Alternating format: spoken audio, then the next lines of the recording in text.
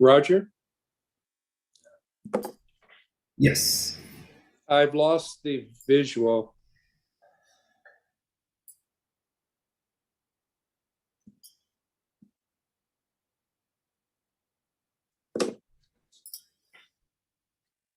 Give me one moment.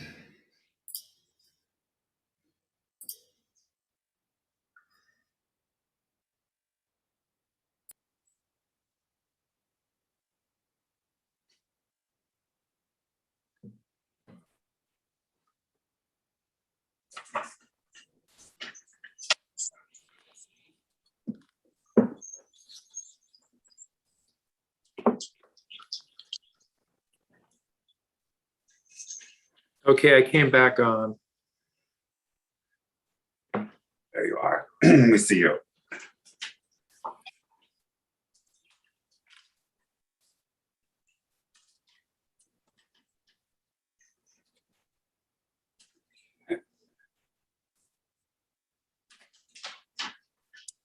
I just need Chair? one more. Yes, hello. Richard Maggio here. I'm on my iPad. My desktop something's gone wrong. So if it defaults, I'm not being rude. I will bear that in mind and I will hold that not against you. Sorry, thank you. Yes. Commissioner Maggio, you'll probably be able to see it better if you turn it to your right. I did, but when I do it, I've lost the picture. I see, okay.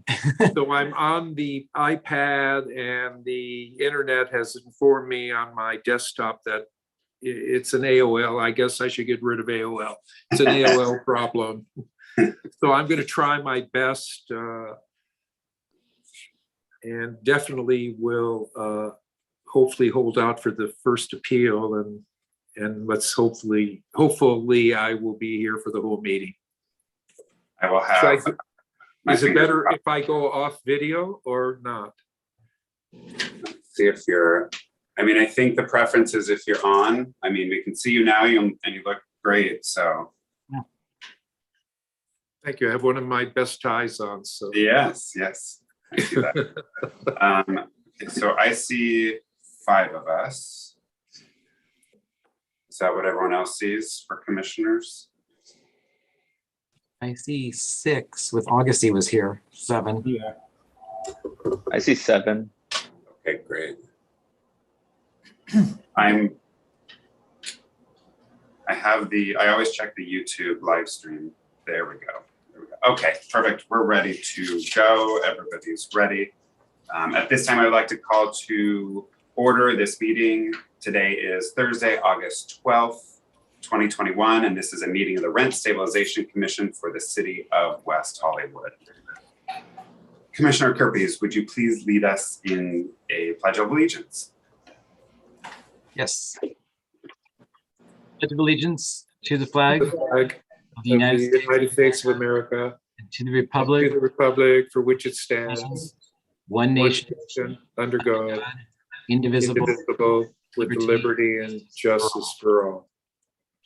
Thank you very much. Mr. Secretary, may we please have a roll call for tonight? Commissioner Ayers. Here. Commissioner Kirpies.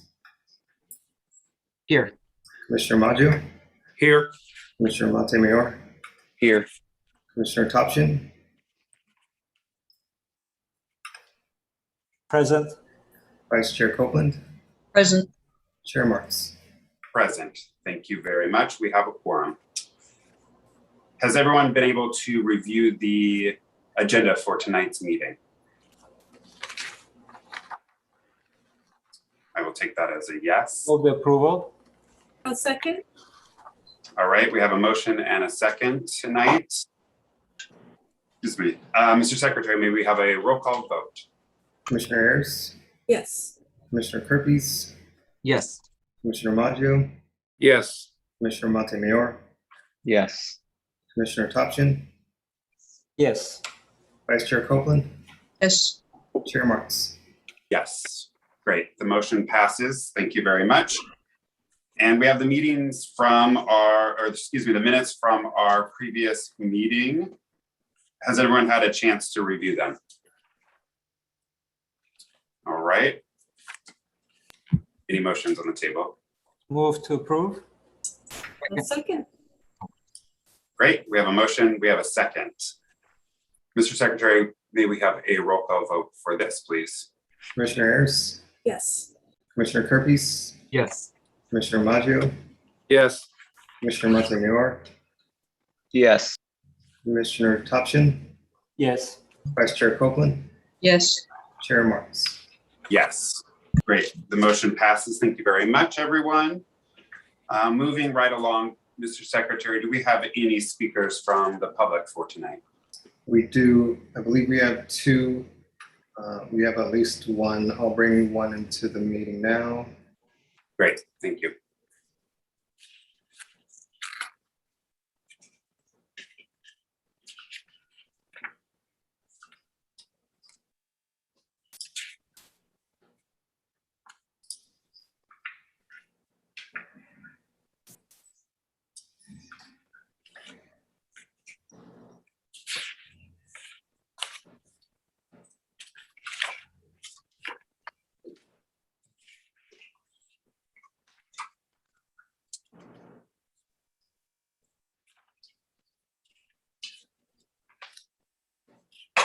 Hello, we briefly saw you. I believe you're the tenant. Hi. Can you hear us? Yes, I can hear you. Thanks.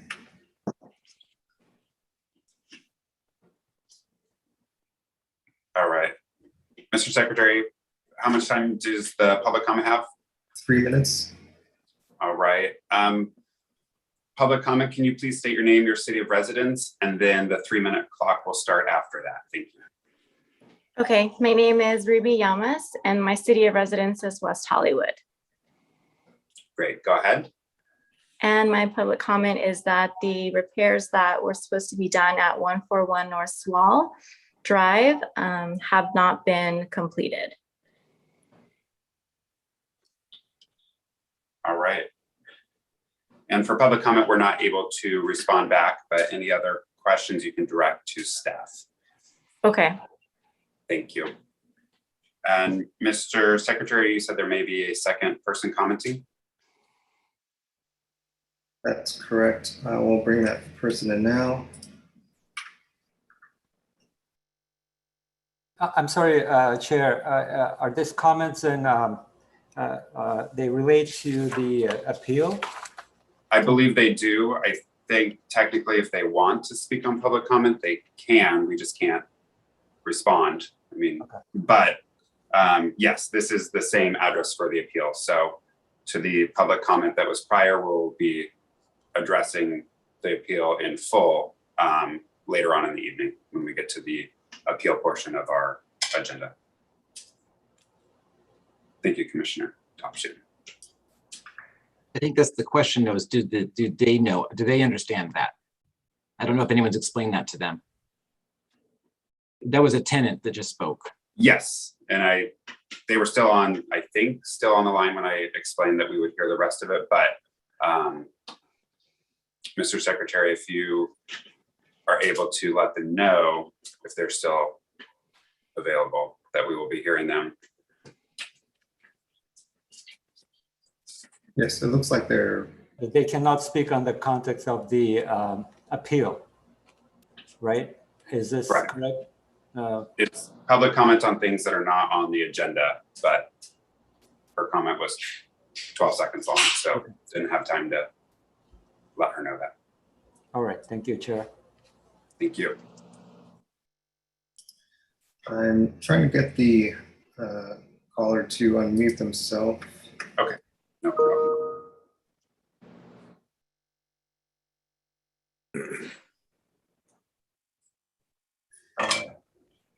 I may place them back in the waiting room and bring in the next public comment. Sure. And if you're able to let them know that only public items that are not on the agenda are available for this section. I'm not sure I can communicate with them while they're in the waiting room, but Sure, I'll let them know once they're in.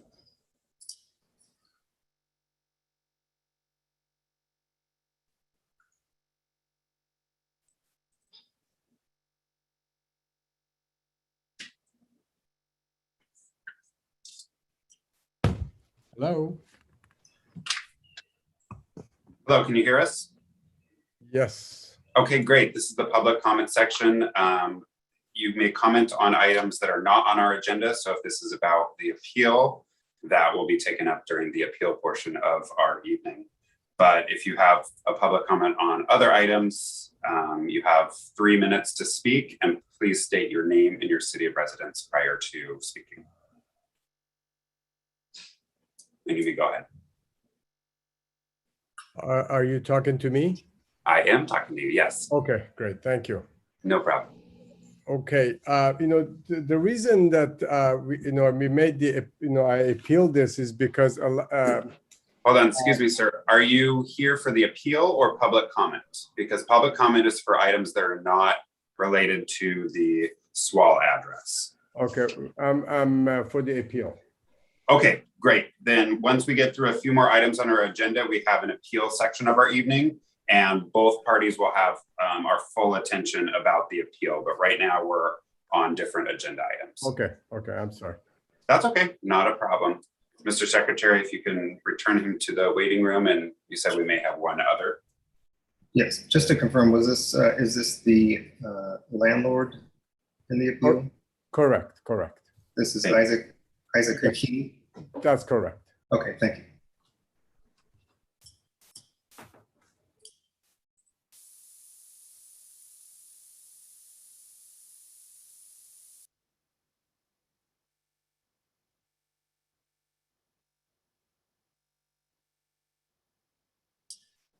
I'm unable to get the other public commenter to unmute, but I'll take their information down and contact them. Okay, great. Thank you for that. And that was our final public speaker. Is that correct for the moment? We did have the person that we admitted first. Do you want to bring that person back in? Yes, I'll bring her back in and we can explain briefly where we're at.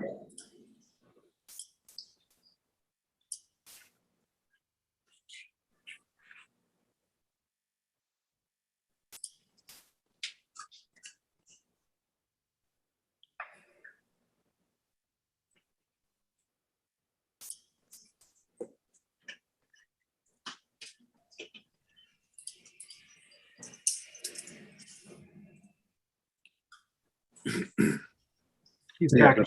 I don't know if you can see her or not, but she's back. Great, thank you. Hi, ma'am. Are you the tenant on the North Swall Drive matter?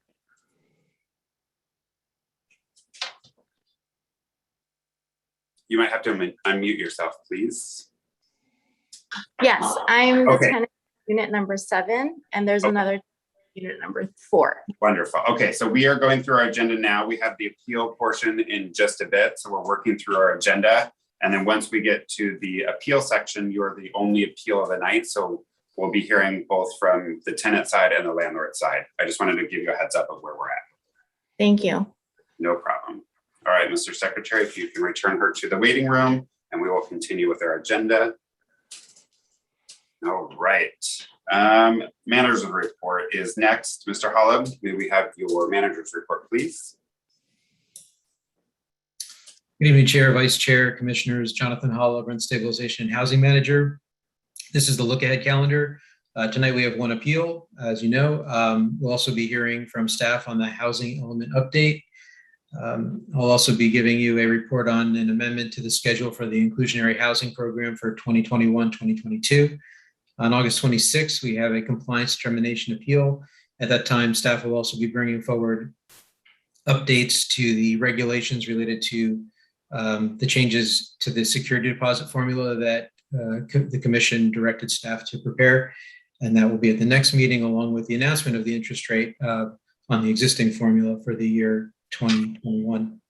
On the 9th, we have one appeal. On the 23rd of September, we have 2 appeals, as well as on October 14th, we have 2 appeals scheduled. And on that same night, you'll likely be getting your report from the ad hoc committee on valuation guidelines. Beyond the 14th, we don't have anything currently scheduled, but I anticipate more will be added to the calendar as time goes on.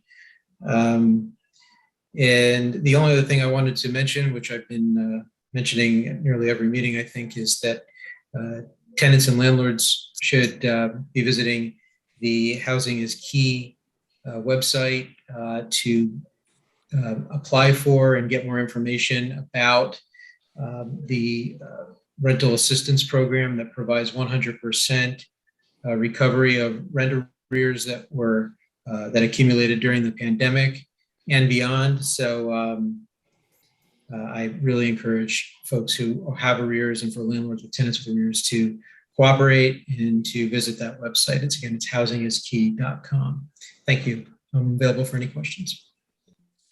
Thank you, Mr. Holla. Commissioners, do you have any questions?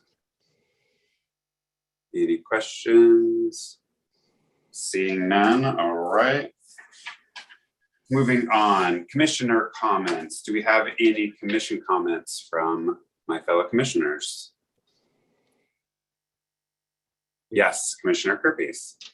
Hello, everyone. To follow up on what the manager just reported about housingiskey.com, Assemblymember Bloom and representatives from BETCEDIC and Housing is Key, the Housing and Community Development Department of the State of California, are going to be doing a webinar on Tuesday, August 17th at 5 p.m.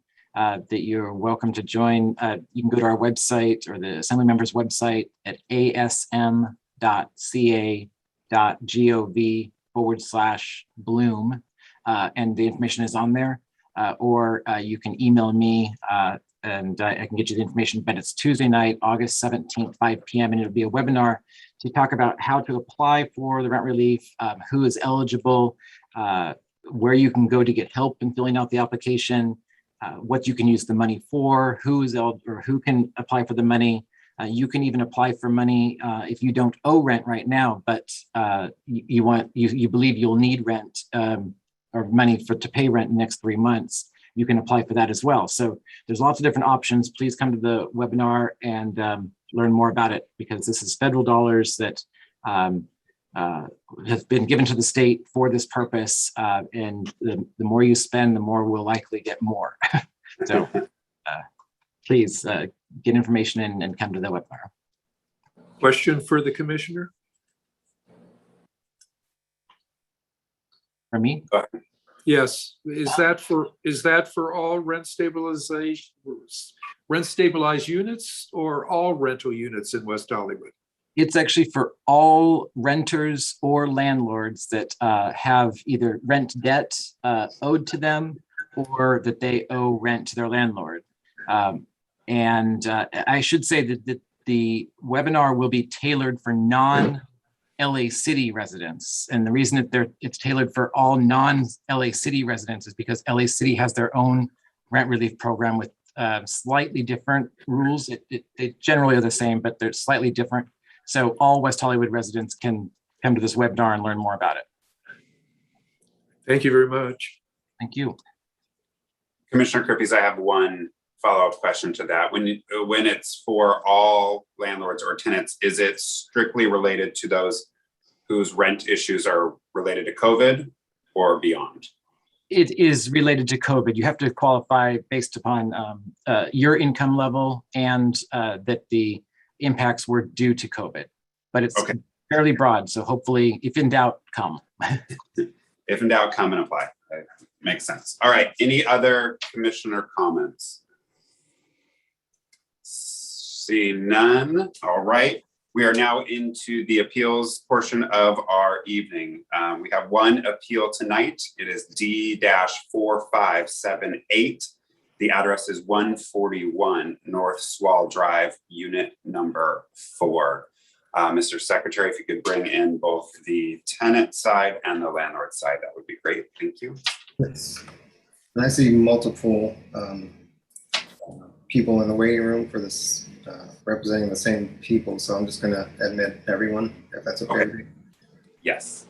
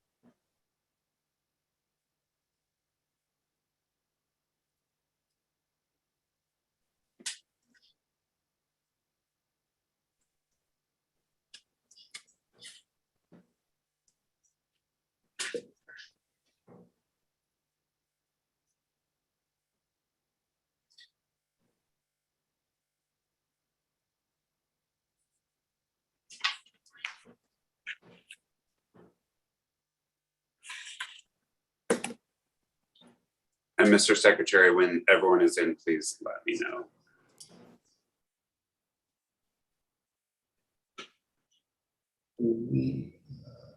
Mr. Hakeem, can you hear us? Isaac Hakeem? Mr. Hakeem, you may have to unmute yourself if possible. Okay, can you hear me? Yes. Okay, thank you. Thank you. Yeah, we have both parties with us, Chair. All right, wonderful. So this is the appeal on D-4578 141 North Swall Drive, unit number 4. Looks like we have representatives from the tenant side and the landlord side in the appeal now. I'll explain exactly how this works. First, we're going to hear a staff report from our legal counsel, and then the appellant is going to speak first. The appellant here is the landlord since they filed the appeal. You're going to have 5 minutes to discuss your appeal. You can either take all 5 minutes up front, or you can divide your 5 minutes to leave time for a rebuttal. The respondent will speak second. That's the tenant here. You're going to have a 5-minute segment to state your case. And then if the landlord has chosen to keep any time for the remainder, they will follow up for a rebuttal. And that time will be kept by our secretary. When it's your time to speak, you're going to unmute yourself. You're going to state your name, your city of residence, and then the appellant will explain how they want to divide their time, and then we will let you proceed with your comments on the appeal. Just to let you know, time is limited. It goes by quickly, so please keep on topic. A couple of rules. You can only speak about items that are on the appeal, and you can't bring in any new evidence to the commission. So anything that was not presented already cannot be discussed. So it has to be things that were discussed at the hearing or evidence presented to the hearing examiner. So those are the ground rules for the appeal. And we're going to turn to our legal counsel for the staff report, please. Thank you, Chair. Good evening, Chair, Vice Chair, Commissioners. This is John Adelizio. I'm the legal counsel to the Rent Stabilization Commission for the city. I guess I just want to first deviate from the summary of the appeal, because I guess my understanding is a lot of parties, I guess, in this appeal. I just want to say that in terms of who can speak, it's going to be either a party, so it's either going to be Christine Woolley, who's the tenant, or a representative for Miss Woolley, or the landlord or its representatives. So if there are people here who are speaking who are not either a party or a representative of that party, the only way they could speak would be if they were an affected party. In order for an affected party to speak, they had to request so in advance 10 business days. So I just wanted to get that out there in case there's people here who are speaking who are not in any of those capacities. Otherwise, my recommendation would be to just let them speak as a public comment for 3 minutes. So that way they can at least have their opportunity to speak. But I just did want to say that in advance. Great, thank you. One question before you proceed. For the parties that are not in the appeal that you recommended they speak in public comment, would you recommend that be done prior to the appeal or after? I think that we can do it prior to the party speaking. I think if you're fine with it, I'll just do my staff report, so at least anyone who of the public has an understanding of what this appeal is about, and then we could do a public comment section, close that, and then open it up to the parties to have their 5 minutes. That's fine with me. Any other commissioners object to that? Nope. Okay, great. I guess we can proceed to the staff report. Thank you. So this appeal was filed by the landlord with his North Swall Apartments LLC, the tenant Kristen Woolley, who resides at 141 North Swall Drive, Unit 4, filed an application seeking a rent reduction for 6 common area issues. Relevant to this appeal are issues relating to carpeting, the interior building painting, and the exterior building painting. As it relates to carpeting, tenant alleged that the carpet runners in the hallway and in the interior stairwell have not been replaced since 2009. And the RSO requires that all common areas be furnished with new carpets every 7 years, unless the hearing examiner or the commission finds that that work is not necessary. As it relates to the exterior painting, tenant alleges that while the front of the building was painted white in 2019, there is now a quote stark color change unquote between the white facade and the 3 sides which were not painted, and they remain what she calls a terracotta color. And the RSO requires that the exterior common areas shall be painted once every 7 years, unless a hearing examiner or commission finds the work is not necessary. And as it relates to the interior painting, tenant alleged that while parts of the building, the interior of the building have been repainted, that there are scuffs and marks and patch spots where there were repairs done previously. And the RSO requires that interior common areas shall be painted once every 4 years, unless the hearing examiner or commission finds that that work is not necessary. And based upon the evidence and the testimony submitted at the hearing examiner approved a rent decrease for the hallway carpeting and stairwell carpeting for $23, the interior painting for $33, the exterior painting for $30. Thus, a total rent decrease for all qualifying tenants, if this is common area issues, for the building was $86. The landlord appeals the decision and claims that the decision is clearly in error, is not reasonably supported by the findings made or evidence in the record, and constitutes an abuse of discretion. Staff has reviewed the appeal record and recommends affirming the hearing examiner's decision, and staff believes that the hearing examiner's decision is supported by substantial evidence. As it relates to the carpeting, the record shows that the hallway and stairwell carpeting have not been replaced since 2009, which the landlord did not deny. The hearing examiner reviewed testimony and photographs and determined that the carpeting warranted replacement, despite landlord's testimony that the carpeting received weekly vacuuming and shampooing. As it relates to interior painting, the record shows the interior hallways, while retouched in various locations, have not been repainted completely in over 4 years. The testimony and photographs reviewed by the hearing examiner showed some of the walls were patchy, chipped, and generally run down. As it relates to the exterior painting, the record shows that the exterior of the building has not been completely repainted in over 7 years. While the front was repainted in 2019, the remainder of the exterior has not been repainted to match the front.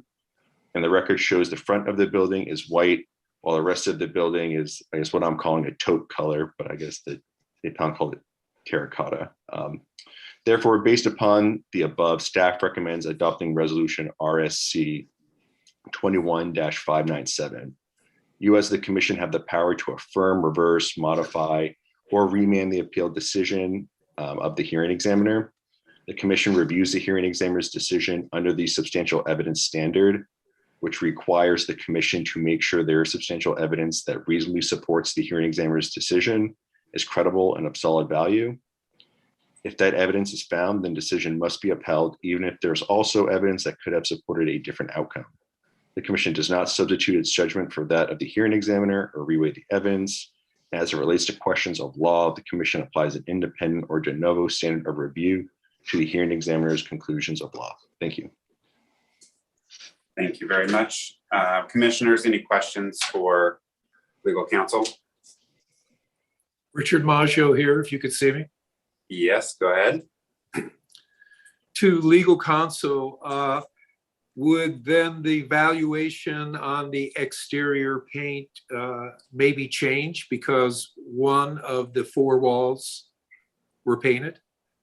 My understanding and reading the hearing examiner's decision is that that was considered, but if the commission ultimately found that that number should be changed, the commission has the power to do that.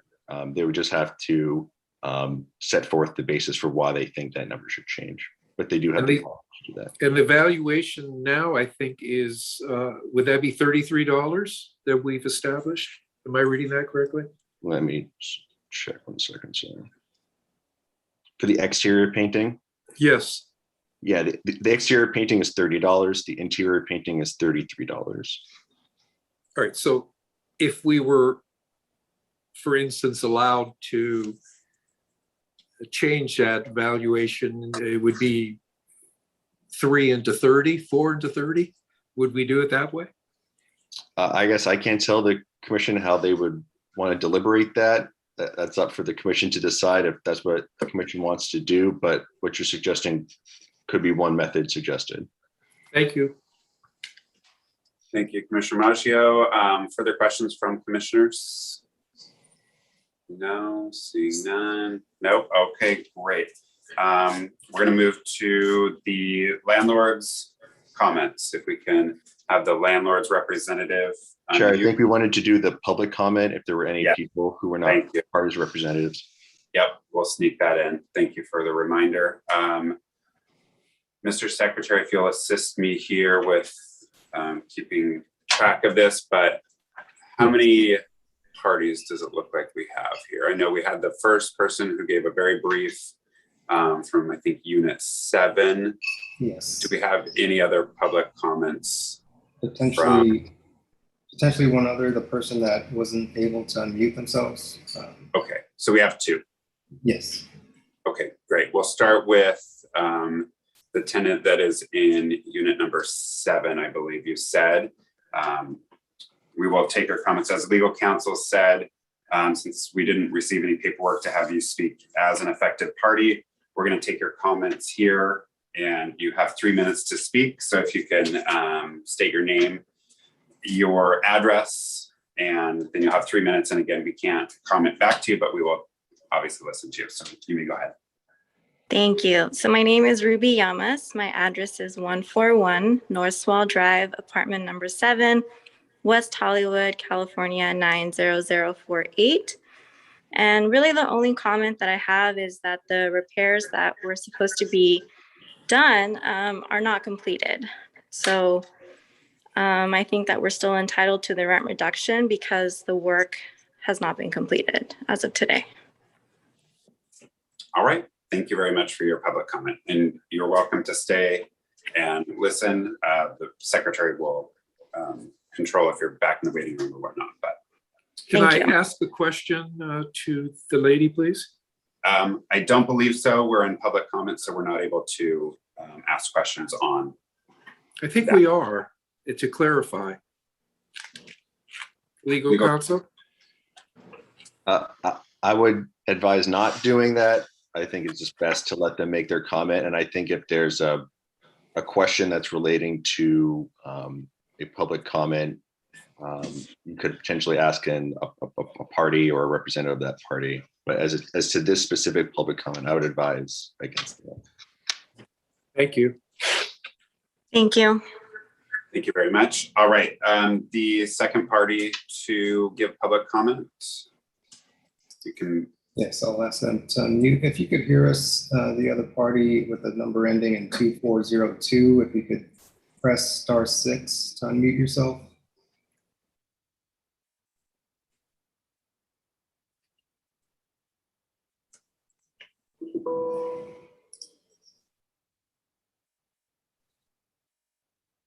I'm not sure they'll be able to unmute themselves, Chair. Should I place this person back in the waiting room and call them after the meeting?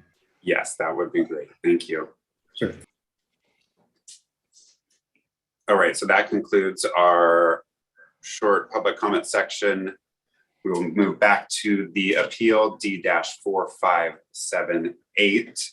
We have already heard the staff report from legal counsel. I've explained how the timing and the rules work. So we are going to move right on to the landlord, who is the appellant in this matter. So if the landlord's representative can unmute themselves, please.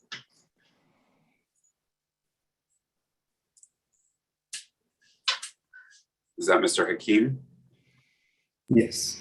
All right, and you can hear us, you're unmuted. All right, so I'm gonna have you state your name and your city of residence for the record. And then once you've done that, please let us know how you would like to divide the 5 minutes you have for your opening and then for your rebuttal after the tenant speaks. Sure, I'm still trying to get him to mute. Okay. Mr. There. Sorry, can you hear me now? Yes, we can. Okay. All right. Hello there, sir. You heard everything I said, is that correct? Yes, I did.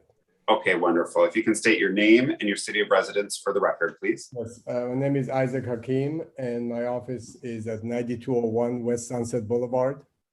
That's where I practice. Okay, and that's the city of West Hollywood? City of West Hollywood, correct.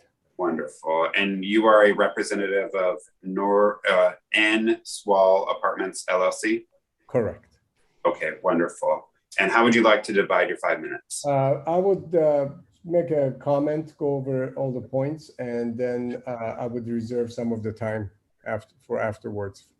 Okay, just for our secretary's purposes, approximately how much time do you think you'll need? Maybe it'll be like maybe a couple of minutes at the beginning, two and a half minutes. Is 3 minutes to start and then a rebuttal of 2 minutes fine? That would be fine. Okay, all right. Mr. Secretary, you're ready for that? Yes. All right, Mr. Hakim, you may go ahead and please, again, stay on topic and no new evidence, just speak to the items in your appeal. Thank you. Go ahead. Basically, we purchased the building in 2018, and we have transformed the building since that time. We have not neglected the building and have spent several $100,000s to improve the property to protect and enhance our investment.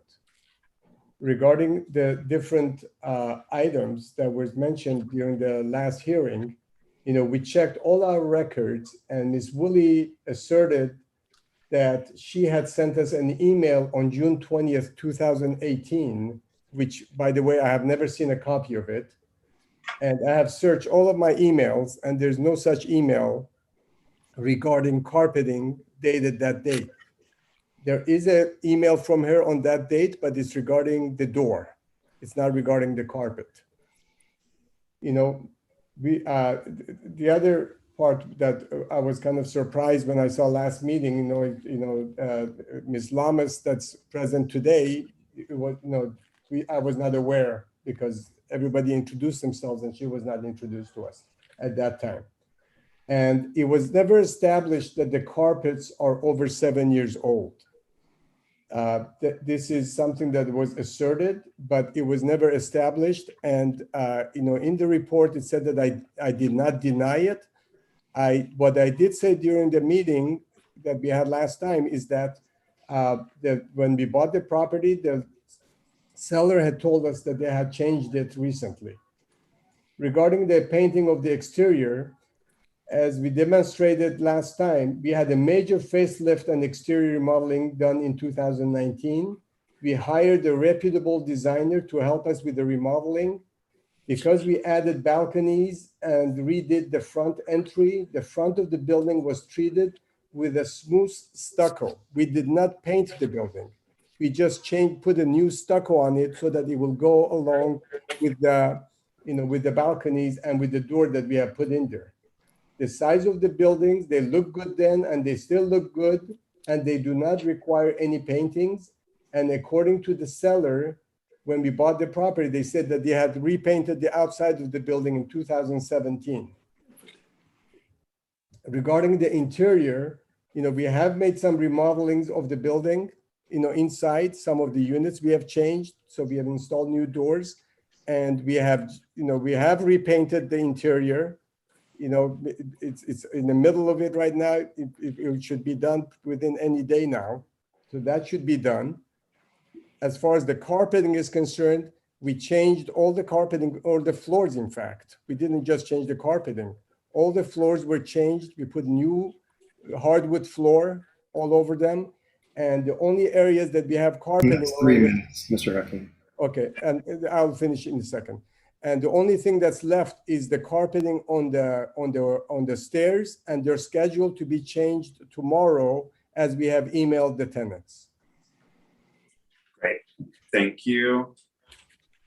Commissioners, any questions for Mr. Hakim at this time? I don't see any. All right.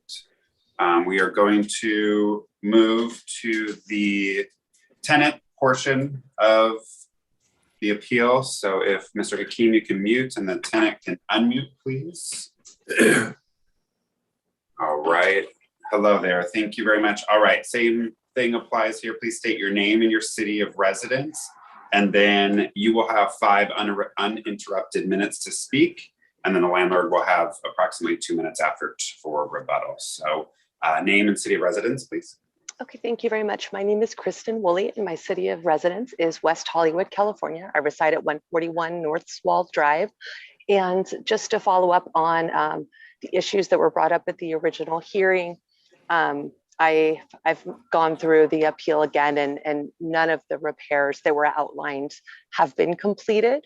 I've been a tenant at this unit since 2009, so I'm aware of all the painting and when all of these repairs have taken place. When we originally submitted any evidence to the city for the hearing itself, we were asked to only provide 1 copy. So as Mr. Hakeem said, he doesn't have record of the email that I had sent regarding the carpet. I do have additional emails following up regarding that issue that I'm happy to provide if needed. It is something that myself and other tenants have brought up just due to the degraded interior.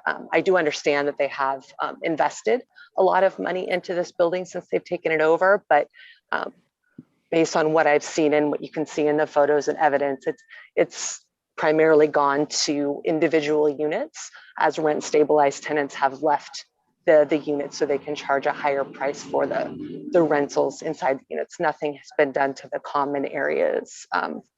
That's all I have. Happy to provide more evidence if needed regarding these issues to substantiate them, but none of them have been completed since the hearing. All right. Thank you. Anything further? No, I appreciate your time though. Thank you very much and your consideration. And I agree with all of the points pointed out that were discussed by legal counsel early on regarding the evidence to support their decision. So thank you for that. Wonderful. Thank you for your comments. Fellow commissioners, any questions for the tenant in this appeal? Yes, Commissioner Aries. Yes, has the landlord posted emergency numbers in a common area yet? Yes, they did shortly after the original hearing.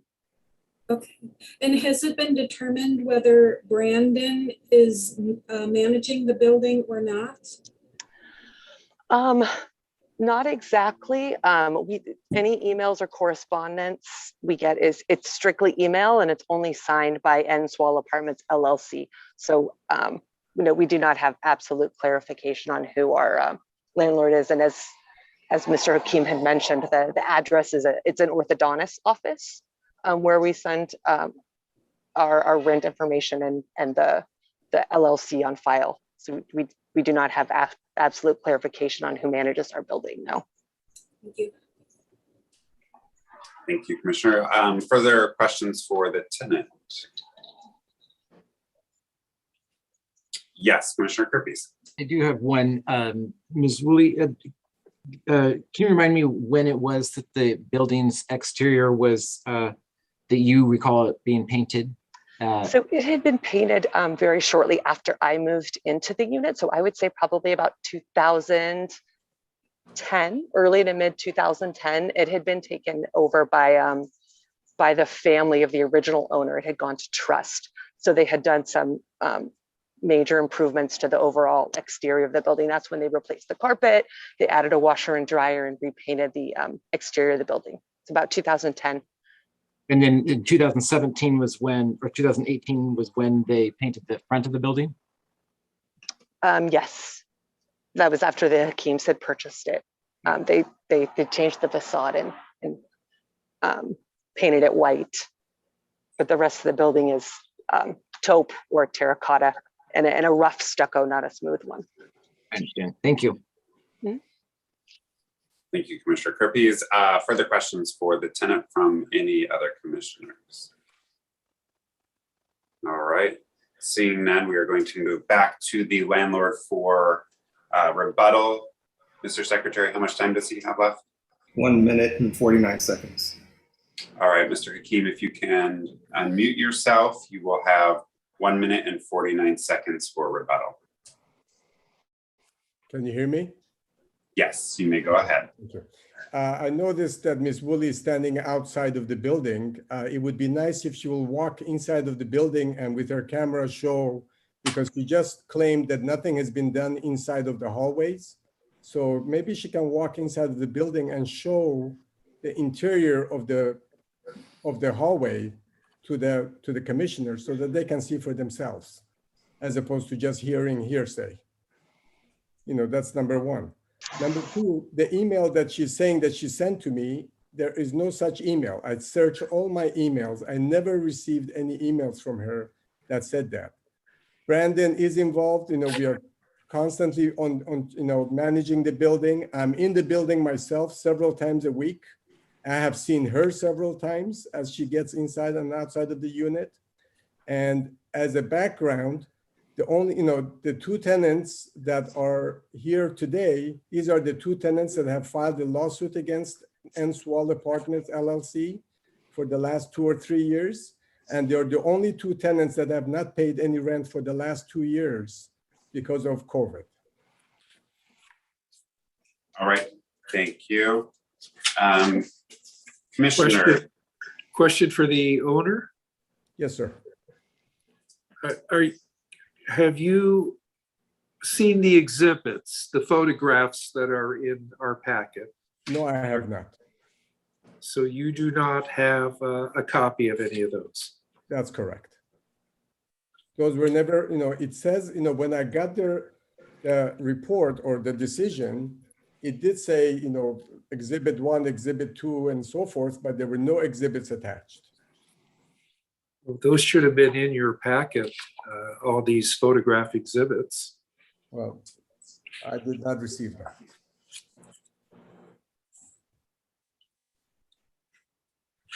I'd really like to see that email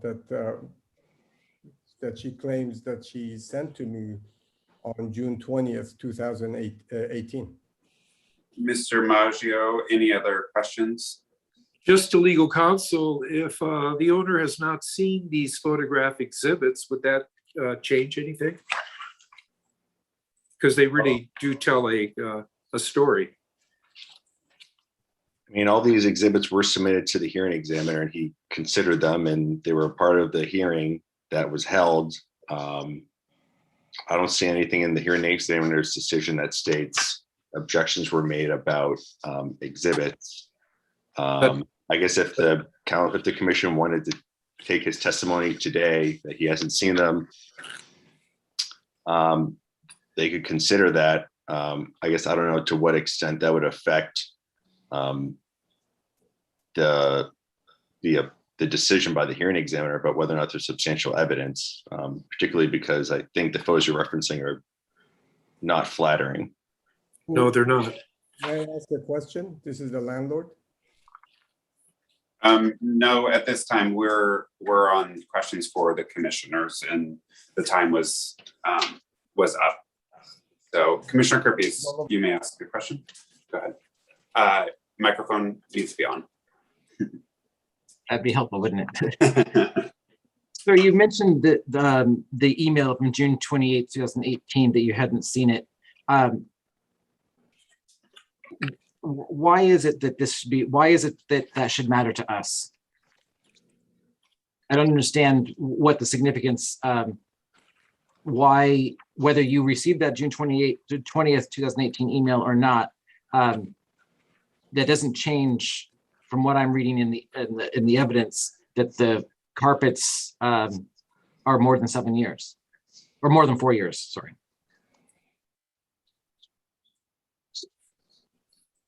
What is the significance, is my question, of June 20th, 2018 email? The significance is that the the tenant is trying to establish that the carpets were not changed since 2009. That's only her word. When I bought the building, the landlord told me, or the seller told me, that it was changed recently.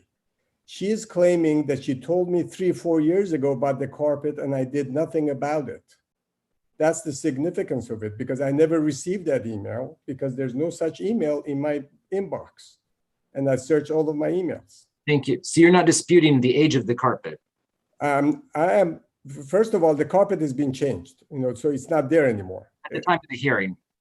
At the time of the hearing, no, it was not changed. But I did not, according to the examiner or to the hearing officer, I did not challenge the fact that it's more than, that it's 9 years old. That is not true. I never admitted to it because I do not know. Question right now, sir. Thank you. Right. Further questions from any commissioners? All right. Seeing none, Commissioner, we're going to move to commission deliberations. Who would like to begin? Yes, Commissioner Topshian. Thank you, Chair Marks. To me, I just read this case, and to me, this is one of these cut and dry cases when we have evidence that's the record evidence that supports the findings of the examiner in this appeal. So I don't believe we should disturb the findings of the examiner. The evidence is here. Clearly, the decision was not in error.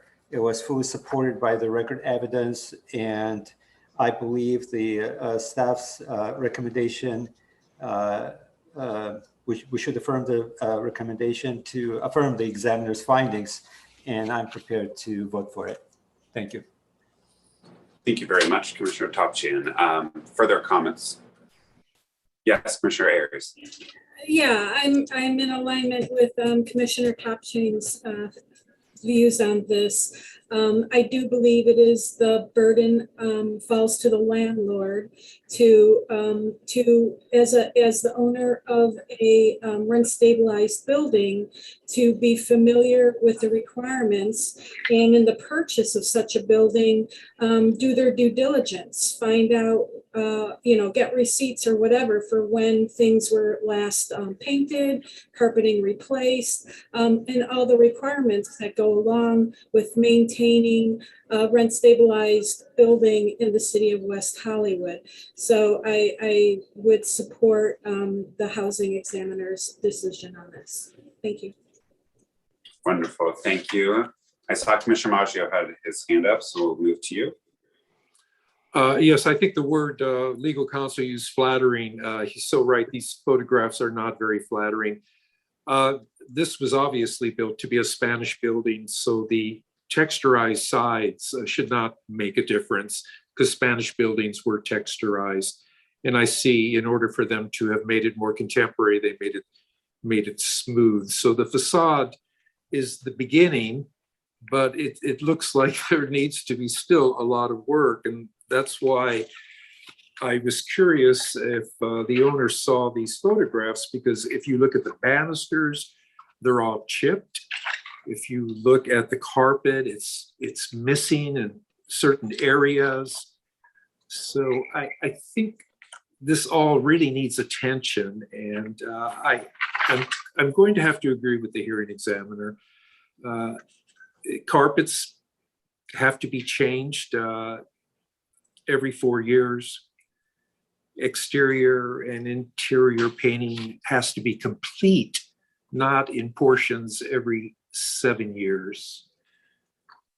So I'm in agreement, and I'm in agreement with the evaluations.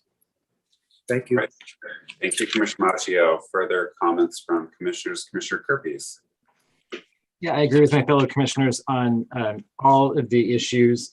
The only issue that I would say that I even had any I just wanted to confirm that both sides, or that the hearing examiner hadn't made a mistake was in the area of the external. That's the only area that I had a question on, and I didn't hear anything from the landlord this evening that would lead me to believe that he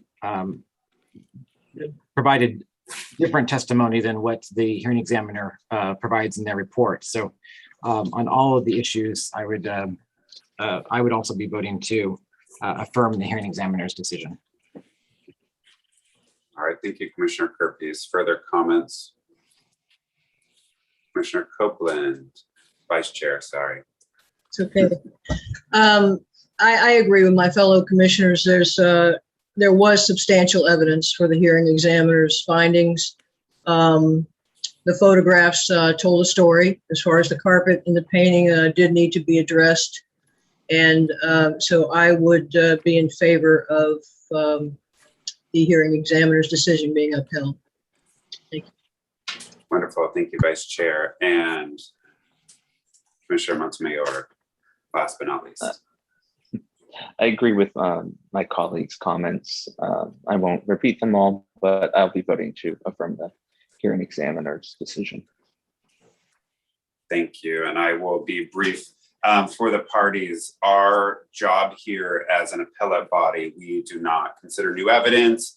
We don't go back and pick and choose if the hearing examiner heard everything left, right, up, down, middle. Our job is set out in our regulations, and we are tasked with looking at what the hearing examiner did and finding if there was substantial evidence that reasonably supports the decision they made, if that evidence is credible and has solid value. And if we find that a reasonable fact finder could have come to the same conclusion that the hearing examiner did, we have to uphold that, even if there's contrary evidence. So even if part of our gut says go left, but there's a lot of evidence or enough evidence to say that the hearing examiner's decision was correct, and we could have come to the same conclusion that he or she did, then we are required to uphold that decision. So I agree with all of my fellow commissioners' comments. There is substantial evidence in the record about the topics that are addressed in the appeal tonight. So I would vote to uphold the hearing examiner's decision. That being said, do we have anyone that would like to make a motion tonight?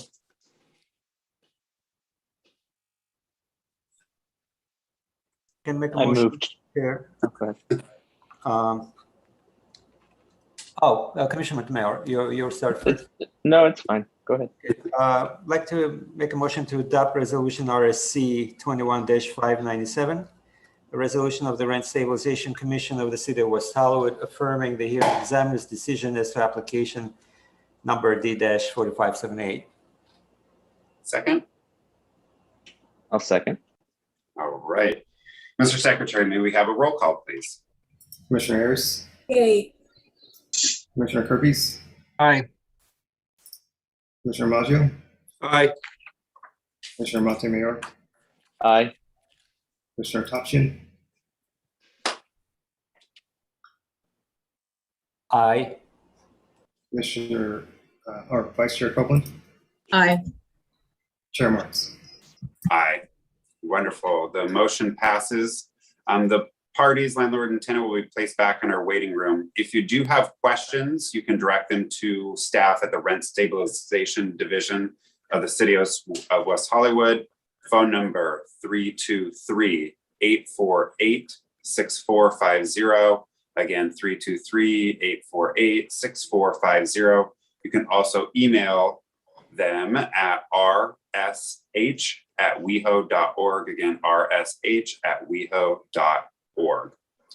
You can also watch the meeting at weho.org/WehoTV if you want to continue following along. Thank you both for your presentations tonight.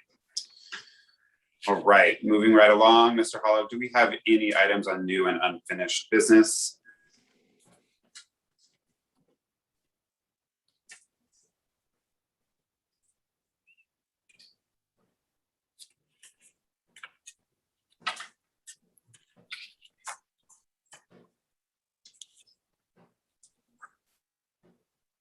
Are we missing Miss? Nope.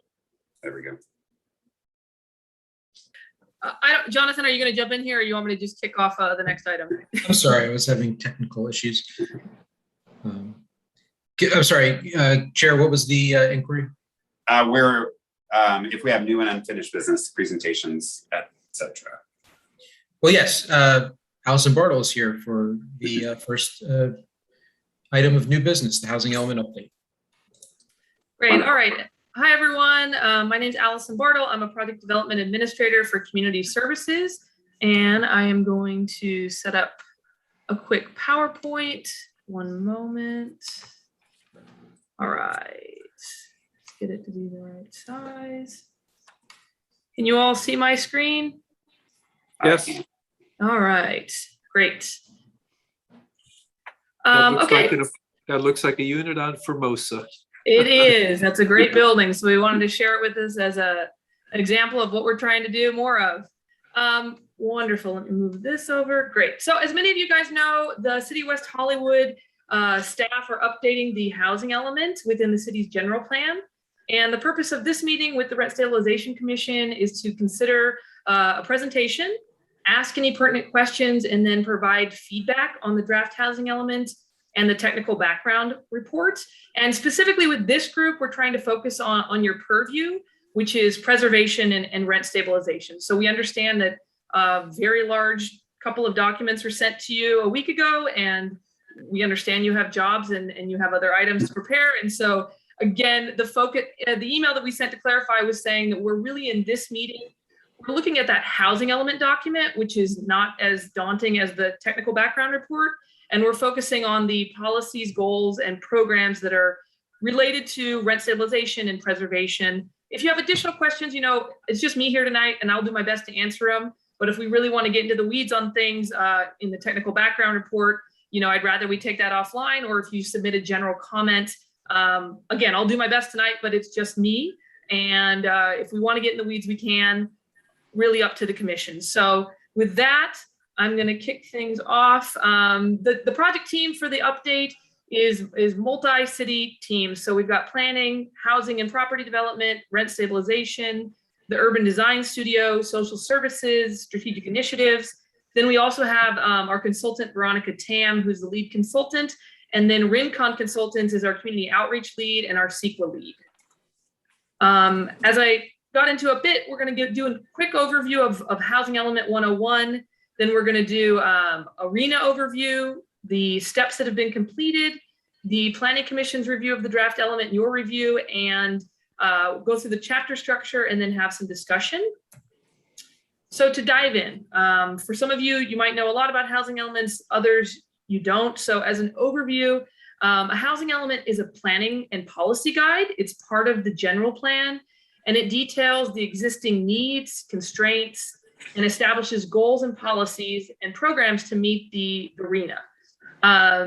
It's an allocation plan for units, but it does not approve any projects. Cities and counties are required by state law to update their housing elements every 8 years.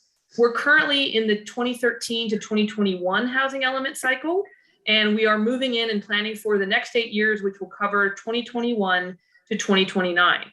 And then the housing element must be reviewed and approved and certified by the state Housing and Community Development Division for compliance. What is the RHNA? So the Regional Housing Needs Assessment is a major factor in the housing element, and it is planning for the ability to accommodate housing units required. And the RHNA does not require the city to build the units, but simply plan for them. The city must ensure that there are no governmental or other barriers preventing the units from being built by a private developer. And so a few months ago, at the beginning of the year, really, when the state announced what our allocation was going to be, many jurisdictions freaked out, and you may have heard about the number of units that were coming to West Hollywood. So the SCAG region, which is the Southern California region, was assigned, and that's right here, the 1.341827 units to plan for in the next 8 years. And as you can see, all of these places are part of SCAG. In West Hollywood, we were allocated 3,933 units. Beverly Hills, 3,000, a little over 3,000. Culver City, similarly. The city of Los Angeles, just under 500,000 units. So of that 3,933 units that we have to plan for in the next 8 years, they also break down how many of those units should be very low, low, mod, and above mod. And so here you can see that 1,066 should be very low, 689 should be low, 682 should be mod, and 1,496 should be above mod. As you can see here, comparing our 5th cycle to our 6th cycle, it's 50 times more. And so the RENA is again that's a significant shift from what we've been planning to in the previous cycle. And so we are aware of that as we head into this next cycle. So once we've been given our RENA, the next thing we did is we want to add a 15% buffer. That's part of SB 166, which is a no net loss. And so with our housing consultant, with Planning Commission, and with the task force that was created, we did a sites inventory. And we went through, and in the technical background report, you can dive into this if you want additional information. But a big first step of the housing element was to just see if in our zoning we can accommodate the units we were assigned. And so with that 15% buffer, that's the 4,385, we were able to accommodate all of those through various methods of approved projects, pending projects, ADU trends, city-owned properties, opportunity and underutilized sites. We were able to accommodate that RENA allocation. And so once we got through kind of that initial exercise, we're moving now into the policies, goals, and programs, which is what we really want to focus on tonight as we discuss with you. So what have we done so far? We gathered a task force that was created by the City Council. They met 3 times. We did 2 community surveys. We had 3 community workshops. We had coordination interviews with city departments and advisory groups.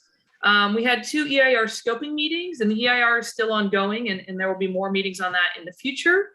We've also met with Planning Commission, I believe 4 times, and we've gone to City Council numerous times. And so now kind of we're moving into, with tonight's discussion, is the actual housing element document. And so as you can see, that's the smaller item. And so when you're reviewing, it's best to kind of look at a higher level. And so the first chapter of the housing element explains the statutory requirements that are established by California housing law. The next chapter explains the relationship of the housing element to other general plan elements, such as land use and circulation. And then there's an explanation of current housing needs and conditions in a section referred to as context and strategies. And that explains the specific details related to West Hollywood's changing housing needs, aging housing stock, existing affordable housing. Next, there's a section on housing goals and policies. And then finally, it's the housing programs. And then the accompanying technical background report has an introduction, a community outreach overview, a needs assessment, which is where the site's inventory is located. Then it analyzes housing constraints and housing resources. And then there's several appendices, which are quite large, including more details of community engagement, the affirmatively furthering fair housing section, and the review of past accomplishments. And so diving into context and strategies, and I'm going to break here in about 1 slide to have a quick discussion of everything I've said. So if you want to just hold any questions or comments for 1 more slide, and then I will take a break. So the context and strategies, just to provide an overview to everyone.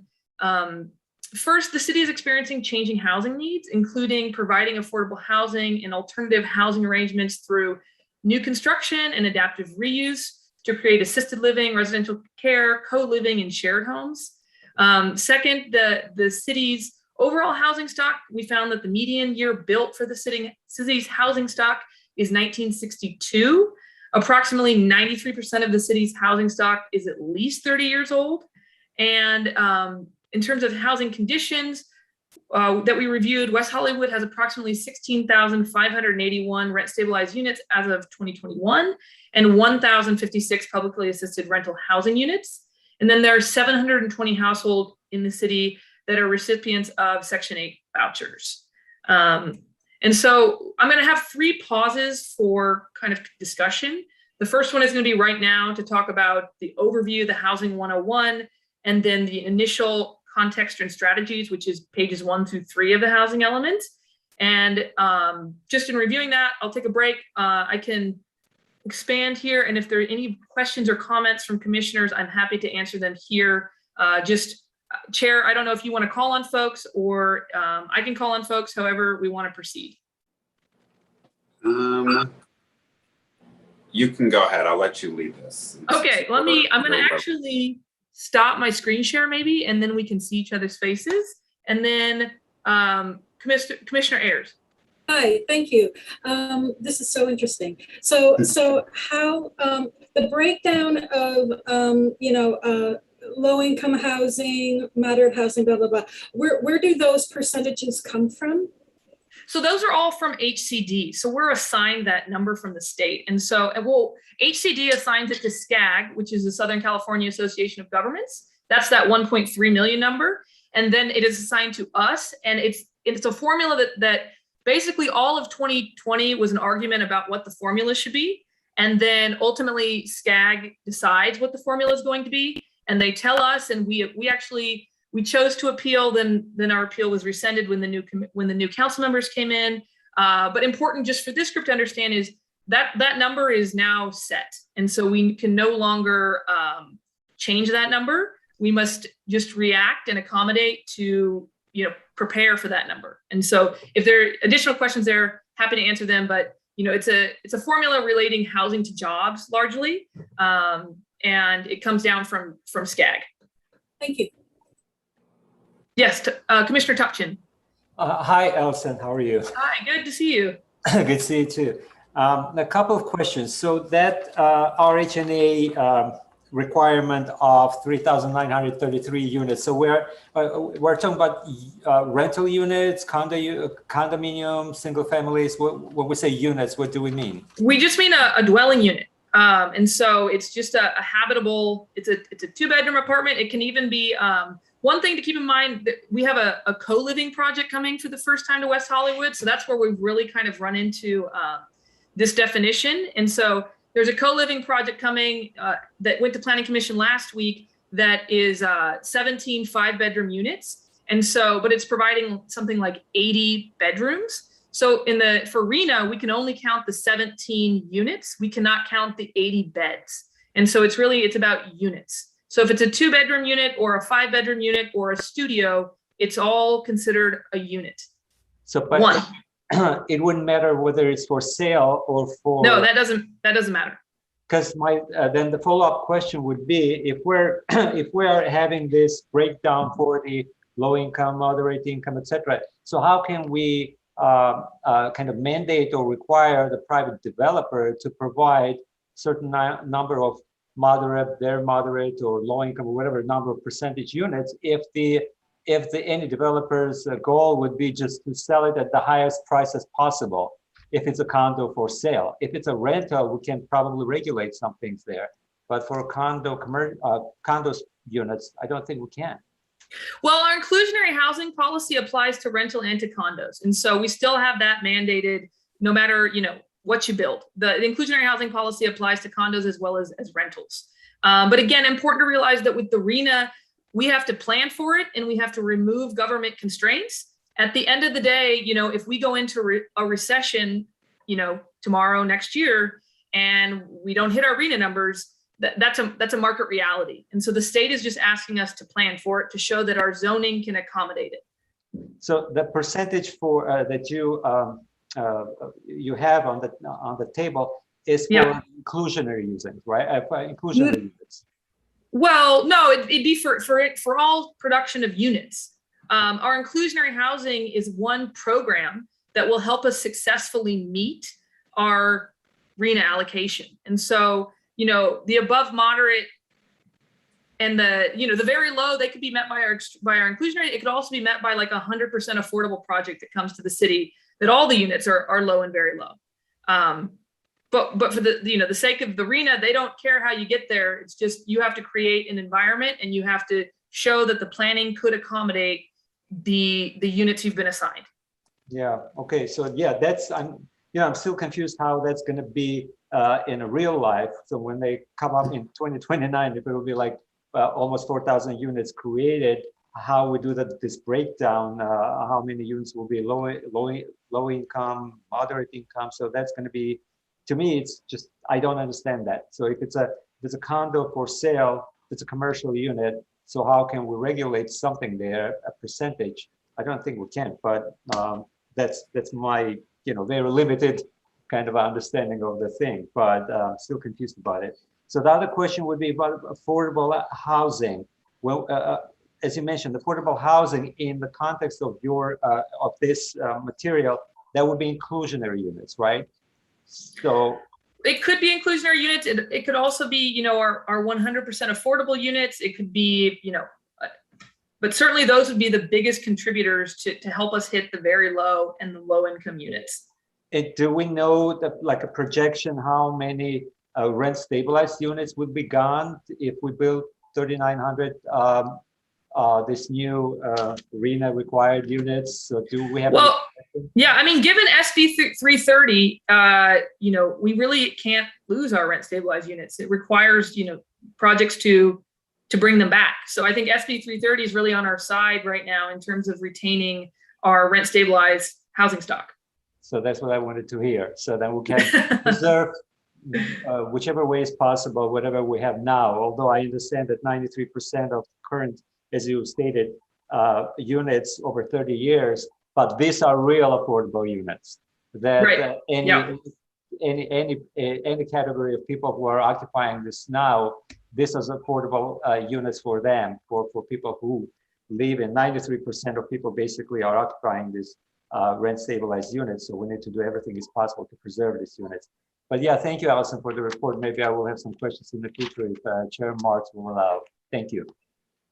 Commissioner Maggio. Oh, and then Chair Martz. Yep. Commissioner Maggio, you want to unmute? Yeah. Can you hear me now? I can. Yep. Well, this is quite an objective to create all these units. I guess what I'm curious about, don't we really have to deal with zoning first to see if we could achieve all these goals? Because zoning takes in height. The site's inventory, which is really, I mean, I don't want to dive in too much tonight because we spent 3 entire 3-hour meetings with Planning Commission. And it's not super in the purview of this commission, but we can touch on it. But really the site's inventory is, the point of that is to look at existing zoning and what could be built there. And that's where you're saying that the existing zoning can meet this demand.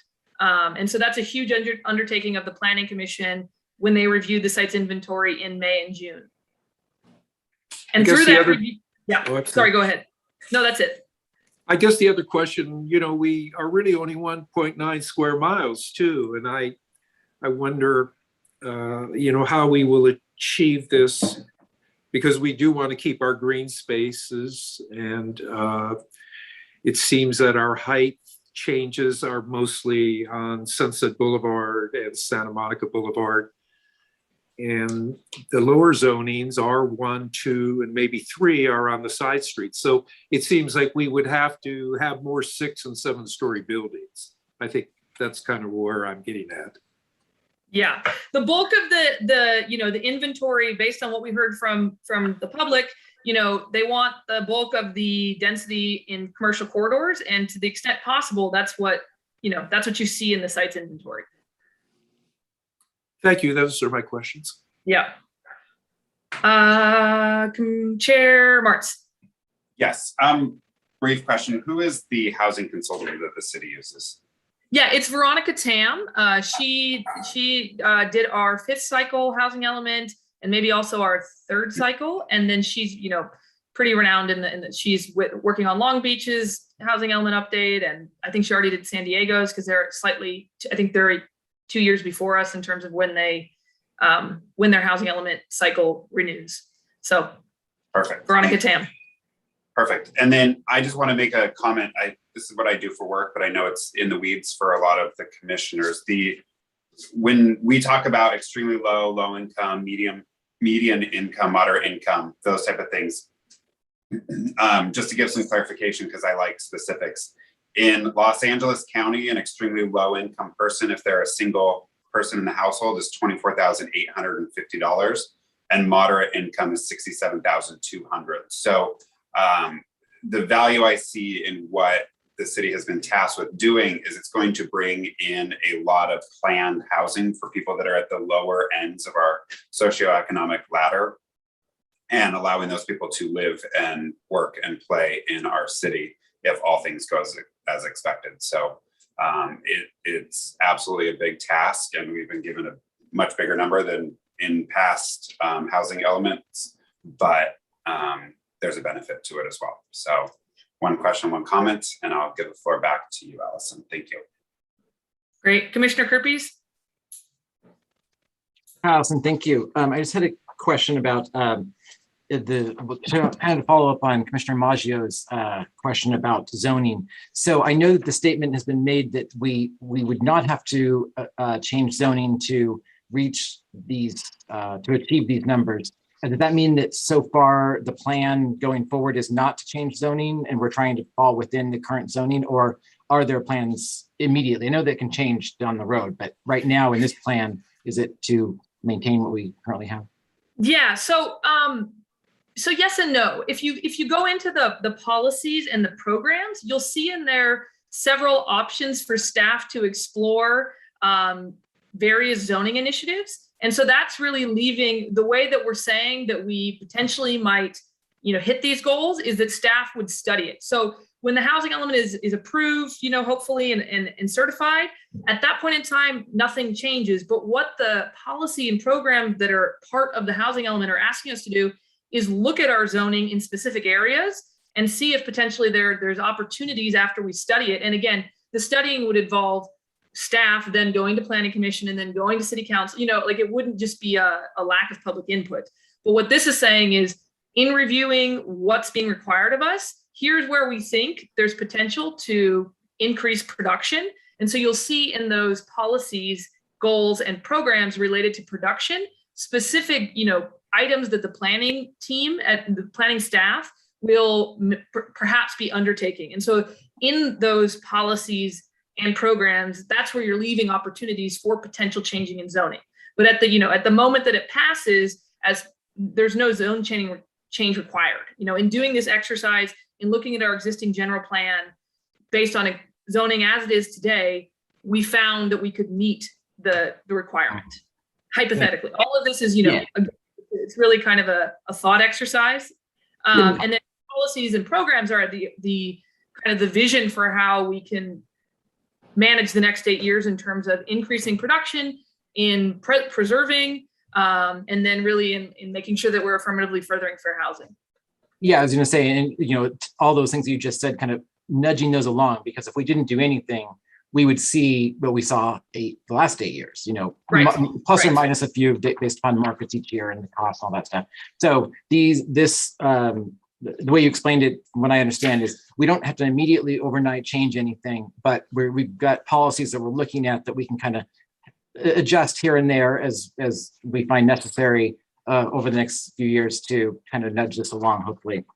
My other question had to do with the city's responsibility is not necessarily to build these units, but it's to make sure that there's no government obstructions or what do they refer to it? Other barriers to renting. Yeah. So I think we all know what like a governmental obstruction would be, zoning that didn't allow it, just planning commissions that never approved anything. But what's an example of like other barriers that we have to also ensure don't exist or reduce? I think oftentimes it's like for example, unbundling parking, right? Parking, if you're having certain parking requirements, they might, in fact, make the production of housing more difficult. But, alternatively, requiring bicycle parking or requiring more green space or requiring, certain design features ultimately can lead to slowing down the production of housing. So I think it's also just kind of looking at the perhaps negative consequences of various other goals in order to make sure that, you are producing housing. Mhm. One of the examples I was thinking, actually, and I don't want to throw Santa Monica under the bus, is that the Santa Monica downtown plan, I believe, has a policy that says, oh, we have 30% inclusionary housing. But if you stay below a certain height or something like that, oh, it doesn't apply to you at all. So what do they get? We get buildings all below a certain height and don't get any 30% affordable housing. That makes sense. Yeah. Great. Well, thank you very much. It's been very helpful. Yeah. Yes, Commissioner Maggio. There I am. I see that there are 35 pending projects which will create 781 new units. And has the council or planning commission taken in consideration how that affects the density of our 1.9 square miles? Because if we round it off to 2 square miles, that's around 18,000 people per square mile. And then we add all these units. Are we able to accommodate all this, including parking and traffic? And I'm sure there's been a study on all that. I just want to know if you could answer that question in relationship to density. Yeah, so again, the sites inventory takes into account as the zoning code is written right now. So it's saying that with all the rules of whatever the R4 rules are, whatever the R2 rules are right now, it's saying that we can accommodate those units without making any shift to the zoning code. And so, yes, that was like the big undertaking of that study, was to look at the rules are now in all of these areas, to look at the community input of where did we want this density to go? Okay, in the commercial corridors, then let's look at the commercial corridors and they're right now the density in CC1, and you look at the site area and how many units to go on that site. And it's just kind of a math GIS game to see where they could all go. And through doing that, which was kind of what we reported onto the Planning Commission in May and June, we can accommodate that without, without shifting the zoning code as written. And so that's when, as we were talking with Commissioner Kerpes, that's what we're talking about when we say no current changes are needed in order to meet the RENA allocation, but as a policy, practice in terms of increasing production and making sure we're doing what we need to do with preservation, here's some policies and programs that we could review in the next 8 years as part of our housing element. Thank you. Yes, Vice Chair Copeland. Hi, one question I know that comes up quite a bit with residents is the in lieu of fees. If we were to eliminate those and require that actual units be built, would that speed up the process, any of availability of housing, or how is that? Yeah, so yes, and that is actually one of the programs that's in the, I want to talk about that. So if we can just pause when we go into the policies and programs, but absolutely. So one of the items, I can pull up and find it for you, but would be for the housing and the rent stabilization team to study that and to see if there's perhaps different percentages or no option at all that could potentially produce more housing. And then again, just to clarify, staff would undertake that research. They would go back to council, planning commission potentially first, and then council before anything would happen. It's not that the housing element is adopted and now staff can do whatever they want. The case is still saying that this is the vision and the priorities for our production of housing in the next 8 years, and now go forth and do it. I actually read the whole packet, and it was quite interesting. There's a lot of good information in it. One question I have relates to tenants in common. We've had some public comments recently that they are having tenants in common conversions, and I know there was one just completed on Hayworth that displaced 8 rent stabilized units. Is there an increase, it seemed to be, on tenants in common? And are those regulations the same as condominiums, or where do they fall as far as having to create or include housing? John Hollob's on the call. If he wants to jump in there, he can. I'm by no means an expert in all things housing and all things rent stabilization. But I know there's some nuance there, and if you want to jump in, John, otherwise we can just put a pin Just in wondered it. if it had come up because it's been coming up with us. All I'll say related to the housing element is that we do have an item about condo conversions, and we also have looking at alternative housing models, which, that would all be part of it in terms of a policy or a program. But if John wants to answer your question, he can. If not, we can. Thank you. Appreciate it. It keeps coming up with us recently, so I thought I'd throw it in there. Thank you. I'll just say we're looking into that issue, and but I think it's separate and apart from the housing element discussion tonight. Thank you. Okay. Pause. Okay. Well, next I wanted to go into, let me get the screen share back on. Let's see over here. Let's see. Okay. So as a brief overview, just what's the difference between a goal, a policy, a program, and an quantified objective? So a goal is a general expression of community values and direction. It expresses an end, expressed as ends, not actions. A policy is a specific statement that guides decision-making and helps implement a vision. A program is a specific action assigned to a responsible agency to accomplish the objective. And a quantified objective is a specific end, condition, or state that is measurable, immediate step toward implementing a program. And so with that, the next section of the housing element is the goals and policy section. I believe it's basically pages 4 through 7. Yes, 4 through 7 of your packet. And so with that, there's 3 specific areas that, in my read, I think that this commission could focus on. And so all 6 goals are stated here, but I believe H1, H2, and H6 are probably most tied to the purview of this commission. And so H1, H2, and H6 are the 3 that we're going to focus on. If you have additional questions about the others, feel free to ask them, but we're going to put most emphasis on those 3. So H1, and again, what we're soliciting here is, in your reviewing this, do you think that this is a strong vision for housing preservation? And then which goals or policies may need to be updated? And that's really, as we go through these, kind of the thought process that we'd like to hear back from you. So on H1, this is provide affordable housing. It's to protect the existing supply of affordable housing and expand affordable housing opportunities.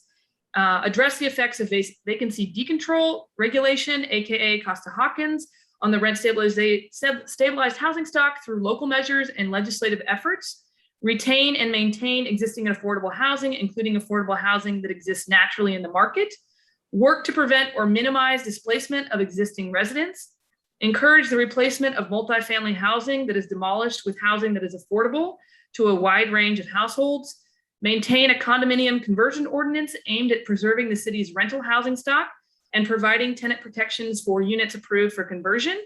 Identify and address any unknown factors and forces, including zoning policies that adversely affect affordability. H2 is to maintain and enhance the quality of housing stock in residential neighborhoods. The intent is to maintain and enhance the quality and integrity of existing residential neighborhoods through programs and incentives to assist in rehab efforts. Assist landlords and other property owners in maintaining and improving their properties through the city's residential rehabilitation programs, state programs such as the Mills Act, and other innovative mechanisms. Promote strong on-site management of apartment complexes to ensure the maintenance of housing and neighborhood quality.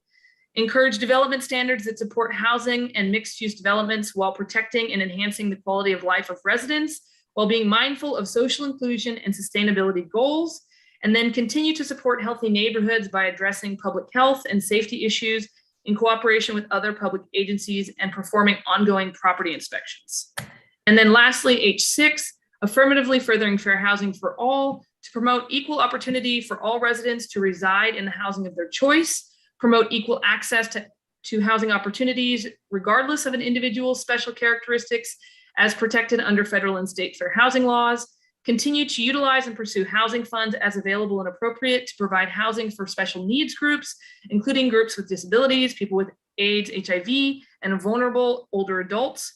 Support nonprofit service providers that help meet the diverse housing and supportive services needs of the community, and then assist in settling disputes between tenants and landlords, like you did tonight. explore ways to continue the development of ownership housing affordable to low and moderate income households and the city's workforce. And so kind of looking at those three or any other items that you want to bring up related really to pages 4 through 7, the goals and policies, I wanted to open that up. And so this, we'll have one more discussion here. And then lastly, we'll talk about programs and I'll answer any other questions you might have. But specifically anything on policies, I was just going to break here. I know there was a lot of information there. Yes, Commissioner Kerpes. I don't know if this is the appropriate time or place or what, or maybe not, won't be relevant to this at all, but I just wanted to bring up, there's I believe BizFed, the coalition of businesses in Los Angeles area, is forming a coalition and a campaign to get, I think they're focused on businesses, but into the chambers, but I don't see why the city couldn't join as well, but it's to encourage the federal government and the state government to use those federal dollars in the infrastructure legislation that's being passed right now in Congress to come through the state and flow to purposes for retrofitting, to provide money for landlords to retrofit the old buildings. And, we don't have a system in our city for any pass along, which I support not having. So this would be a source of funds that would help property owners advance that requirement. I was surprised to see that like 55% of the buildings have been retrofitted or are being reviewed, if I read that correctly in this report. But just wondering if that was one of the policies that could be looked at. Yeah. So specifically with your example, are the dollars only for commercial or are they for also residential upgrades? Well, they're not set in stone yet because they're forming a campaign to advocate for it to be used, to be allowed to be used for these purposes. So I think that's great. And just to highlight, that would be a kind of a program. And so if it's commercial, the program would be program 29, which is on page 28. And then if it's residential, that would slide into I believe it's program number 2 about, scrolling up, sorry guys. And then if it's residential, then it would be kind of incentives for rehabilitation under program 2. And so we've kind of left broad language there because again, right now there's the BizFed dollars, who knows what in 2 years or 4 years, what dollars. And so really the way that we've written it, everything is to really open it up to allow staff to have the flexibility to explore these things. Because if you read our housing element from 8 years ago, it's so dated so quickly. And so the goal is also to leave flexibility about future exploration of funding. But noted, and I will, I work with Tara Warden, who's our community business liaison. So I just made a flag to keep an eye on that as a funding source. So thank you. Yes, Commissioner Topchin. Thank you, Allison. H1 number 5. Yep. That's about the condo conversion. Can you explain a little bit more? We have condo conversions now happening, or this is obviously this is one of the things that may happen in the future. But do we have like a moratorium on the condo conversions? And what type of protections we're talking about once the units are converted? And plus, if we're saying condo conversions, do we mean those existed rent control units will be converted to condos? If so, then that contradicts the idea of preserving of the rent stabilized units. So I just wanted you to kind of give a little bit more info on that. Sure. So again, I'm not going to go into the full, really what we're looking now is the language, right? And so the language we're looking here and guidance from you is, it is the city's goal to preserve rental housing stock. And so because of that, we see very few condo conversions. It's quite difficult. There's a number of building and safety and zoning rules that they have to meet in order for the Planning Commission to approve a condo conversion, which is part of why it's so rare. And so in this goal and policy, we were trying to expand that is still a priority for the city to, really limit as much as possible condo conversions. But at the end of the day, they can happen. One happened this year. So the intent of this goal and policy is to say that the city prioritizes our rent stabilized housing stock and protecting our tenants. And therefore the way we tried to word this was that that's the goal, that's the bigger goal, but we also know that condo conversions happen and we have to meet them when they come. So we would welcome any comments from you. If you have language suggestions or other things for us to think about that could make it stronger or different. And that's really kind of what this period is. Yeah, no, I thought the condo conversion is kind of in the past, something that if we're not, I think that's something that the city, there's nothing under state law, right? It's not the Alice or Costa-Hawkins requirement or something. That's no, condo conversions aren't prevented. They're still allowed. It's just they're very rare because they're quite difficult. Right. So then why would even have it? So that's what I'm thinking, because condo conversion, if you remember years and years ago, a decade ago or something, that was actually hurting the LA or other cities. So I wonder why we even have to have it there. So if it was me, I wouldn't even have it unless if there's a state mandate for the local jurisdictions to allow condo conversions. That's what kind of I was thinking about, because the condo conversion, again, if it meets the building and safety guidelines and requirements, so that is the way to get out of rent stabilization. So that's what I was kind of concerned about. Okay, thank you. Commissioner Ayers. Yeah, I noticed that the report has the housing population broke down in a number of different ways, but I don't think I saw it broken down by gender. Does that data exist? Because it probably does. It's probably buried somewhere in the technical background report. I can do a quick look for it while we're talking and see if I can find it. Otherwise, I can follow up with you after. Okay, yeah, I'm just really curious. I like bringing in, intersectional lens to things, and like to see how women live in the city versus men, what their household makeup is, whether they're single, whatever, Yeah.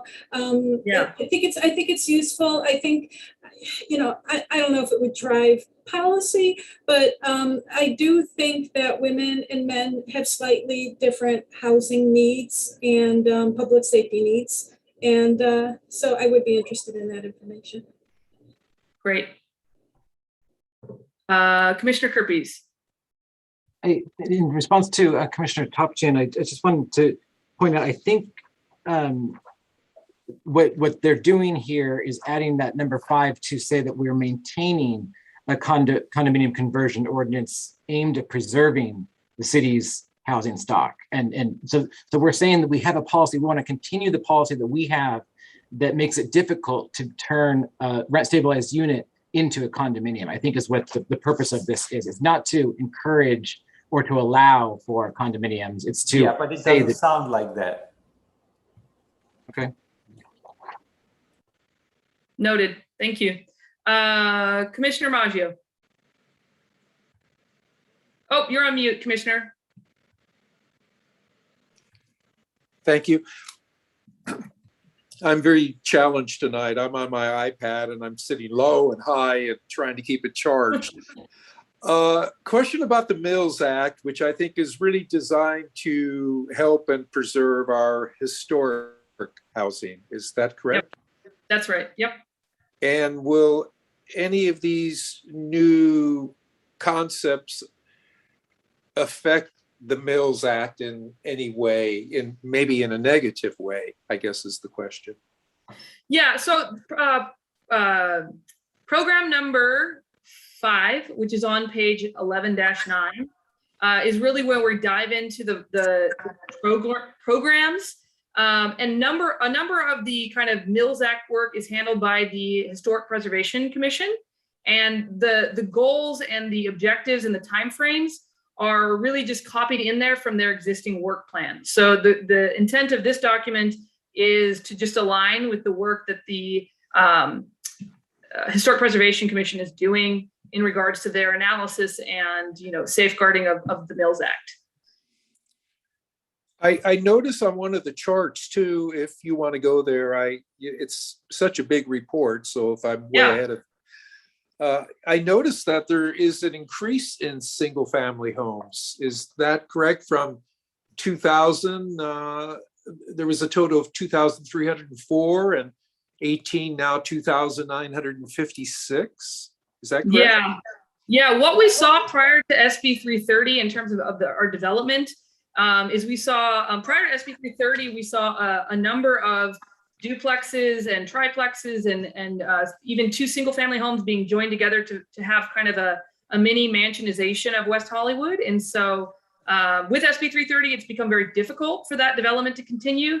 But in terms of the kind of the boom of development we saw prior to SB 330 coming into effect January of 2019, was really kind of a shift into West Hollywood, the spillover really of Beverly Hills and the creation of larger single family homes. And so I'd say that that's probably how that number got pushed up in that period. Because I don't understand how it qualifies for a single family if it becomes divided in any way.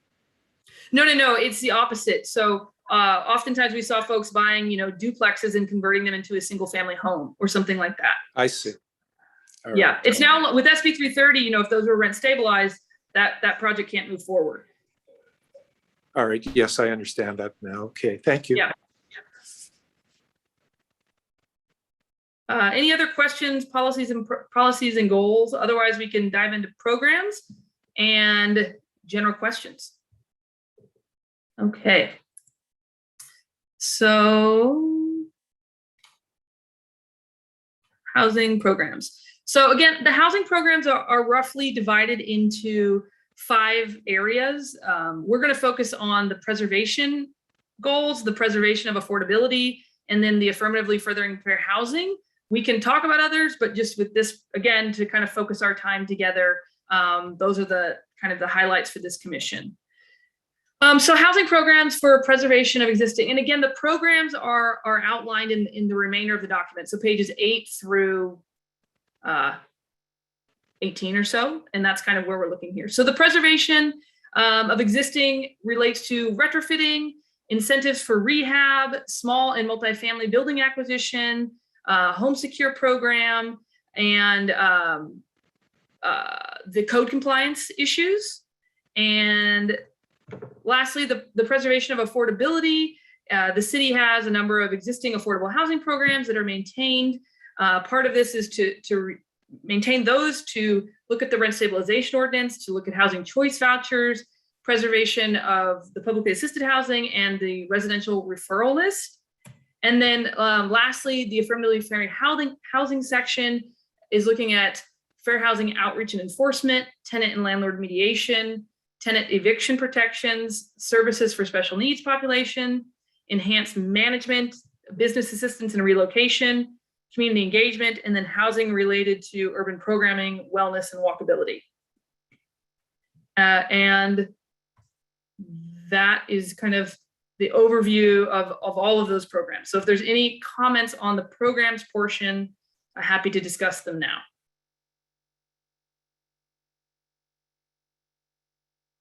Okay, also, if there's any general comments, this is kind of our last break for comments, and then I'm just gonna show you guys what's coming next, and then I'll leave you alone for the night. Okay, last bit is we are going to be going also to the Transportation Commission, the Historic Preservation Commission, the Senior Advisory Board in August. Then we're going back to City Council in September. The draft housing element is available on the website, which I'll show you shortly. And we are taking comments from the public through September 1st. So to your networks, to your neighbors, please share that this is a public document and you're not the only ones that get to see it and comment on it. After that, we will submit the preliminary draft to HCD, to the state, and they have 60 days to review it and give us comments. At the same time this is happening, the CEQA and the EIR process is currently underway, and continued outreach for that process is ongoing. Once the EIR is done and HCD has given us final comments, we will come back to City Council and Planning Commission in December and hopefully receive approval to submit to HCD for final certification by February. WeHo.org/housing element is the project website. That's where you can review these giant documents. Again, soliciting input through September 1st. You can contact me. All of my information is also on the project website, so no need to take it down now. And there you go. Go to the project website.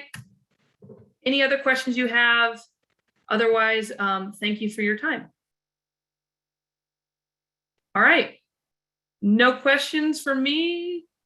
I will then turn it back over to Chair Marks. It was great to be with you guys this evening. I just wanted to thank you very much for your input. So helpful. I appreciate it. Great. Thank you all for Thank you. reading and listening. Thank you. It was a solid. Bye-bye. detailed report. Thank you. All right, Mr. Holub, I believe we have one additional presentation or matter. Yes, one more presentation. First of all, thanks, Allison. That was a excellent presentation. I know I really appreciate it. Let's see. I'm going to share my screen and give you a brief update on the inclusionary schedules.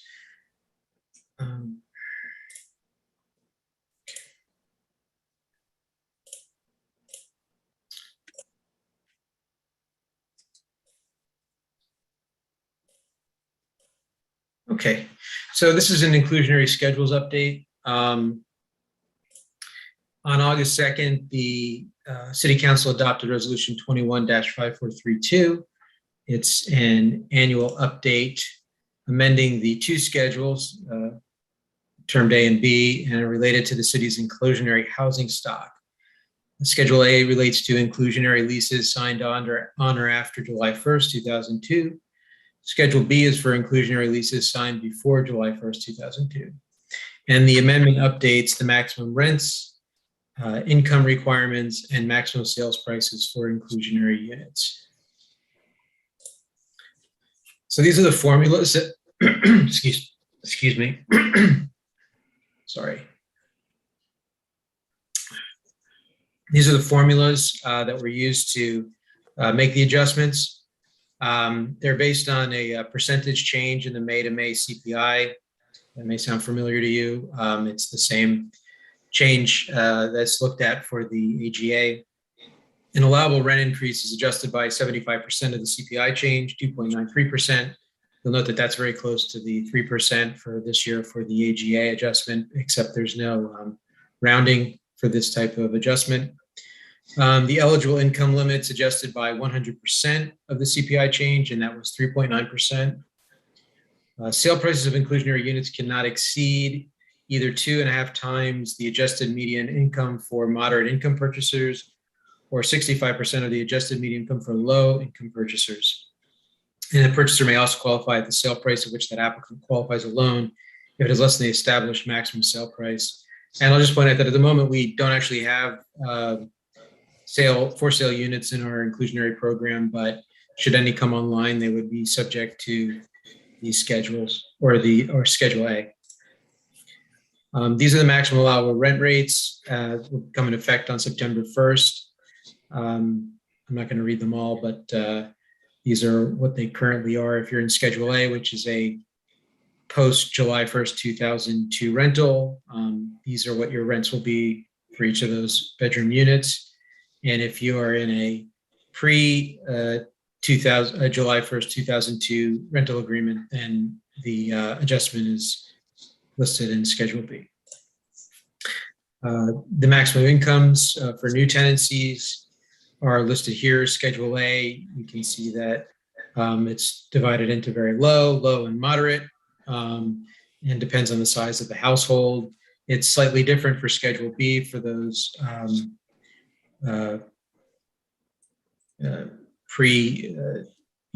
it's adjusted, although there's not going to be any new tenancies there. So the existing tenancies are for the existing tenancies that occurred after July 1st, 2002. You can see that it's also broken down by very low, moderate, and the number of persons. Schedule B, it's lower numbers due to the formula that was adopted by the council in 2002. I should point out as well that a tenant has 2 years of a grace period if they fall outside these income limits. But then after that, if they continue to fall outside the limits, they would have to relocate. And these are the maximum sale prices that are going to go into effect on September 1st. As you can see, if it's very low for a studio unit that might go up for sale for a low-income individual, and then still quite affordable, even as high as a 5-bedroom unit for a moderate individual. And that's all I have. If there are any questions, I'm happy to try to answer them. Let me just get out of the sharing here. Okay. Commissioner Kirby, did you want to ask me a question? Yeah, I'm question. I'm not sure if I understood this correctly. So when you were just showing us the maximum incomes, that's what so there's a maximum income when you move into the unit. You have to make under a certain amount, but while you're living there, your income could increase to, let's say, for example, one person. If I was moderate income, I'd have to make under $69,000 to move into the unit. But over the years, I could earn up to my income could increase to 104,000. Is that what I'm understanding, and be able to still stay there? You're looking at Schedule A? I believe so. I'm looking. Yes, I'm looking at. Well, I'm looking at Exhibit A. Yeah, Schedule A. Income, maximum income prior to occupancy, and then maximum income after move-in. Right. So I'm sorry, which was the example you used? Number of persons and which? I was number of persons, like moderate, as long as I made under 69,372, I could move in. And while living there, I could go up to, my income could increase to 104,000. I'd still be able to live there. Right. That's correct. And that's, would I be paying more in rent? No. The rents are set. And has it always been like that? I mean, is this that typical program? I mean, it just seems to me that we could be utilizing some of that money to build more moderate income housing. That's standard for programs like this. Yeah, I'm not sure I understand what extra money you're referring to. I guess what I'm asking is, so I'm going to pay $552 a month. I'm sorry, no, I'm going to pay $1,104 a month in rent. I make $69,000 a year, but then I get some raises. A couple of years go by, I'm making $104,000, but I'm still only paying $1,104 in rent. It just seems like there's a gap there that we could be utilizing that money in a different way. The city doesn't get that extra, wouldn't get that extra difference. I mean, this is rent that's paid to the property owner. So when you say to build other units. Well, it's based upon the policy that we have established. So if we didn't allow people to make $104,000 and made them compete with me out on the market, who doesn't make $104,000 and pays more than that in rent, it would open up a unit for somebody else that. Oh, so you're questioning the income levels and what they're. Yeah, I'm just trying to figure out, is this the only program that exists, or are there other ways to run these sorts of programs? If this is. Oh, there are certainly other ways, but this is the way that the city's been doing it for quite some time. These formulas are rote at this point. So I'm not here to, discuss the policy. I'm just here tonight to just convey to the commission what has happened based on the existing law. And Yeah,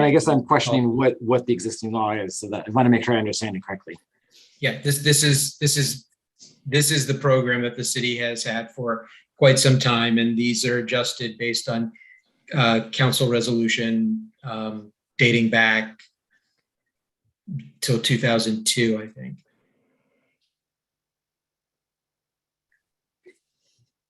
Commissioner Kirby, I'll just add a little bit of context. One other thing that we are analyzing is we have now hired a new consultant to help us manage this program. And one of the things that they're assisting us with is some best practices in terms of both our affordability bands and also our way that we assess max rents. And so this is absolutely part of the work plan, likely in the next 2 years, is to, potentially this would have a dramatic, what's been suggested is that we, instead of having, getting rid of these schedules, because there are people that are grandfathered in and we don't want to cause an uproar in folks that already live in this housing, is to create a Schedule C that would have new bands, and therefore all new tenants coming in would have this, said rules, and it would be more closely reflected to the county and the state guidance.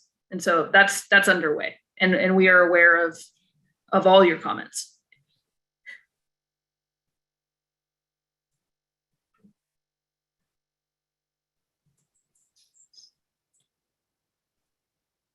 Commissioner Maggio, did you have a question for me? Well, I think I'm thinking along the line with Commissioner Kirby's, maybe more of a comment. It's very interesting. It takes so much less to get in, but you can make so much more to stay in. And I kind of don't understand that concept. I mean, it's very hard to get in. The income has to be very specific to get in. And once you're in, there seems to be more leeway. And I guess I really don't understand that. Am I being understood? I understand the comment, and at the moment it is what it is. But to Allison's point, it's possible there will be a change. All right, I will wait for the change. Thank you.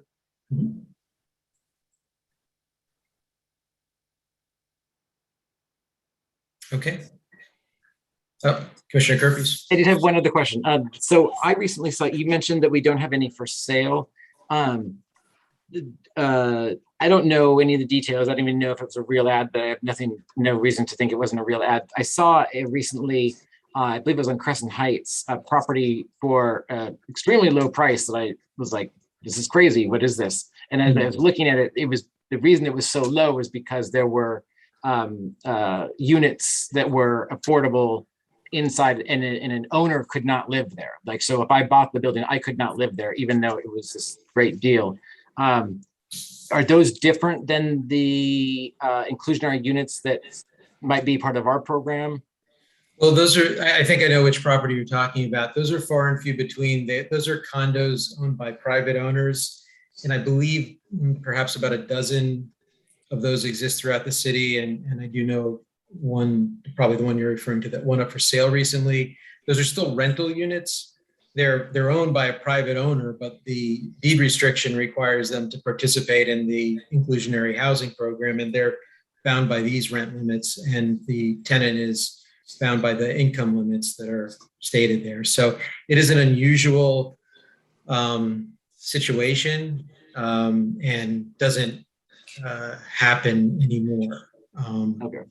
And I guess it does make sense that they would not be for sale. I mean, they are for sale, but not to the owner. Like, I couldn't. Not to an inclusionary. Yeah, they're still rentals, right? Yeah. Okay, I understand. It has to be rented. That's in the deed restriction. And Allison, pop back on. Did you have something to add to that?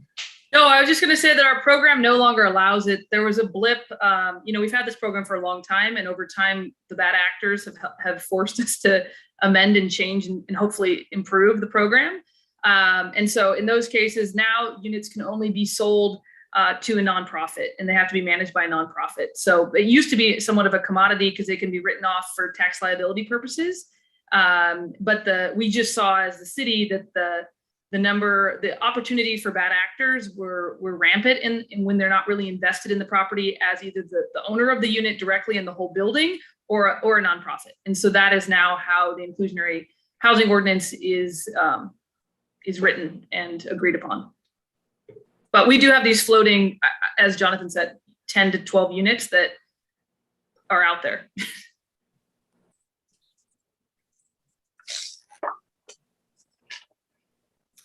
Okay. If there's no other questions, thank you very much. Perfect. Great discussion. Thank you for sharing that. I think we've had a lot of good conversations about important topics tonight. Moving on in our agenda, items from staff. Do we have any staff comments?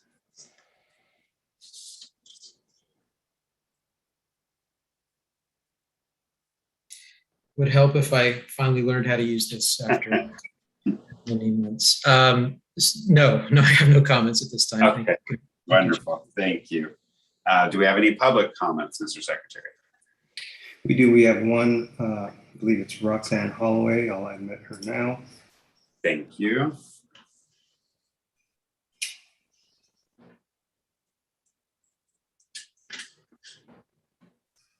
Hello? Yes, we can hear Oh, you. sorry. Please state your name and you have 3 minutes. Okay. My name's Roxanne and I live on the Sunset Strip. I actually grew up over here. And I'm sorry, it's kind of late. I'm sorry to be tuning in so late. Go ahead. I do have a question. I know this is about rent, and I'm from a military family and we got approved for a VA loan. And it's just enough for a 1-2 bedroom condo. And it was really shocking on how many buildings weren't eligible for VA loans. And I was wondering if we can do something about that and if this is the right place for me to ask. Yes, thank you for bringing your comment to us. For public comments, we can't respond back since it's just a public comment session, excuse me. But I'm going to give you the phone number to our rent stabilization division. And they handle these things. And if they can't help you, potentially they can direct you to the right place. I appreciate it. Thank you. Yeah, the number is 323-848-6450, 323-848-6450. And if you didn't get that down, you can go to WehoTV.org and look up the Rent Stabilization Division. Thank you so much. Have a good evening, everybody. You're welcome. Thank you very much. All right, Mr. Secretary, that was the final public comment. That's right. Thank you very much. All right. Further commissioner comments. Do we have any commission comments?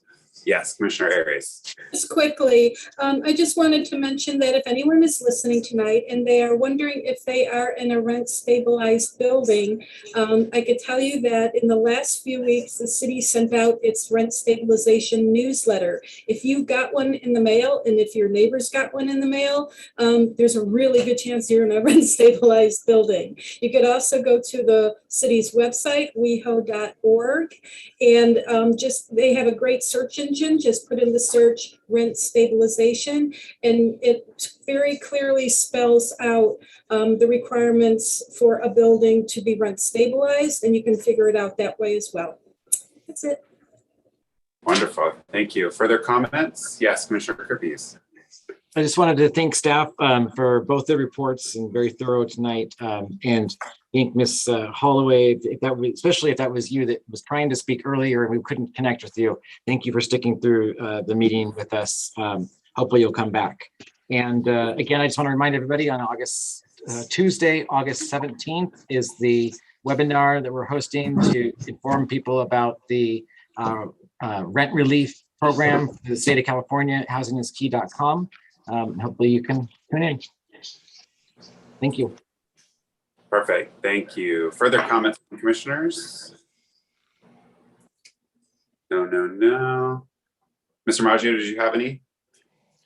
No, I've suddenly had to stand. The screen went, so I'm sorry. No, none. That's okay. Mr. Maggio is out of words. That's a first. I'm just kidding. Okay. Bear with me. I just want to echo the comments by Commissioner Kirpies. I think staff did a wonderful job putting together very, very dense information for us and being able to share it with us and synthesize everything. So thank you for that. And that brings us to the end of our meeting.